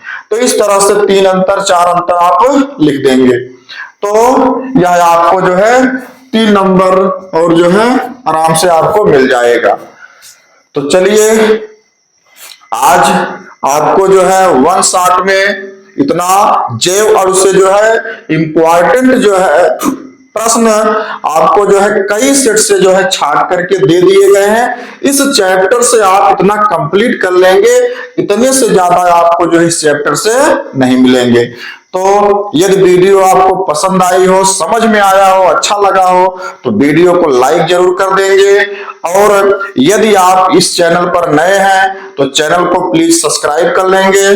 और जो है कोई आपका टॉपिक हो, कोई आपका जो है अभिक्रिया हो, केमिस्ट्री और बायोलॉजी से कोई और नया टॉपिक आपको चाहिए, तो आप कमेंट में जरूर बताएंगे, जरूर लिखेंगे। तब तक के लिए जय हिंद, वंदे मातरम।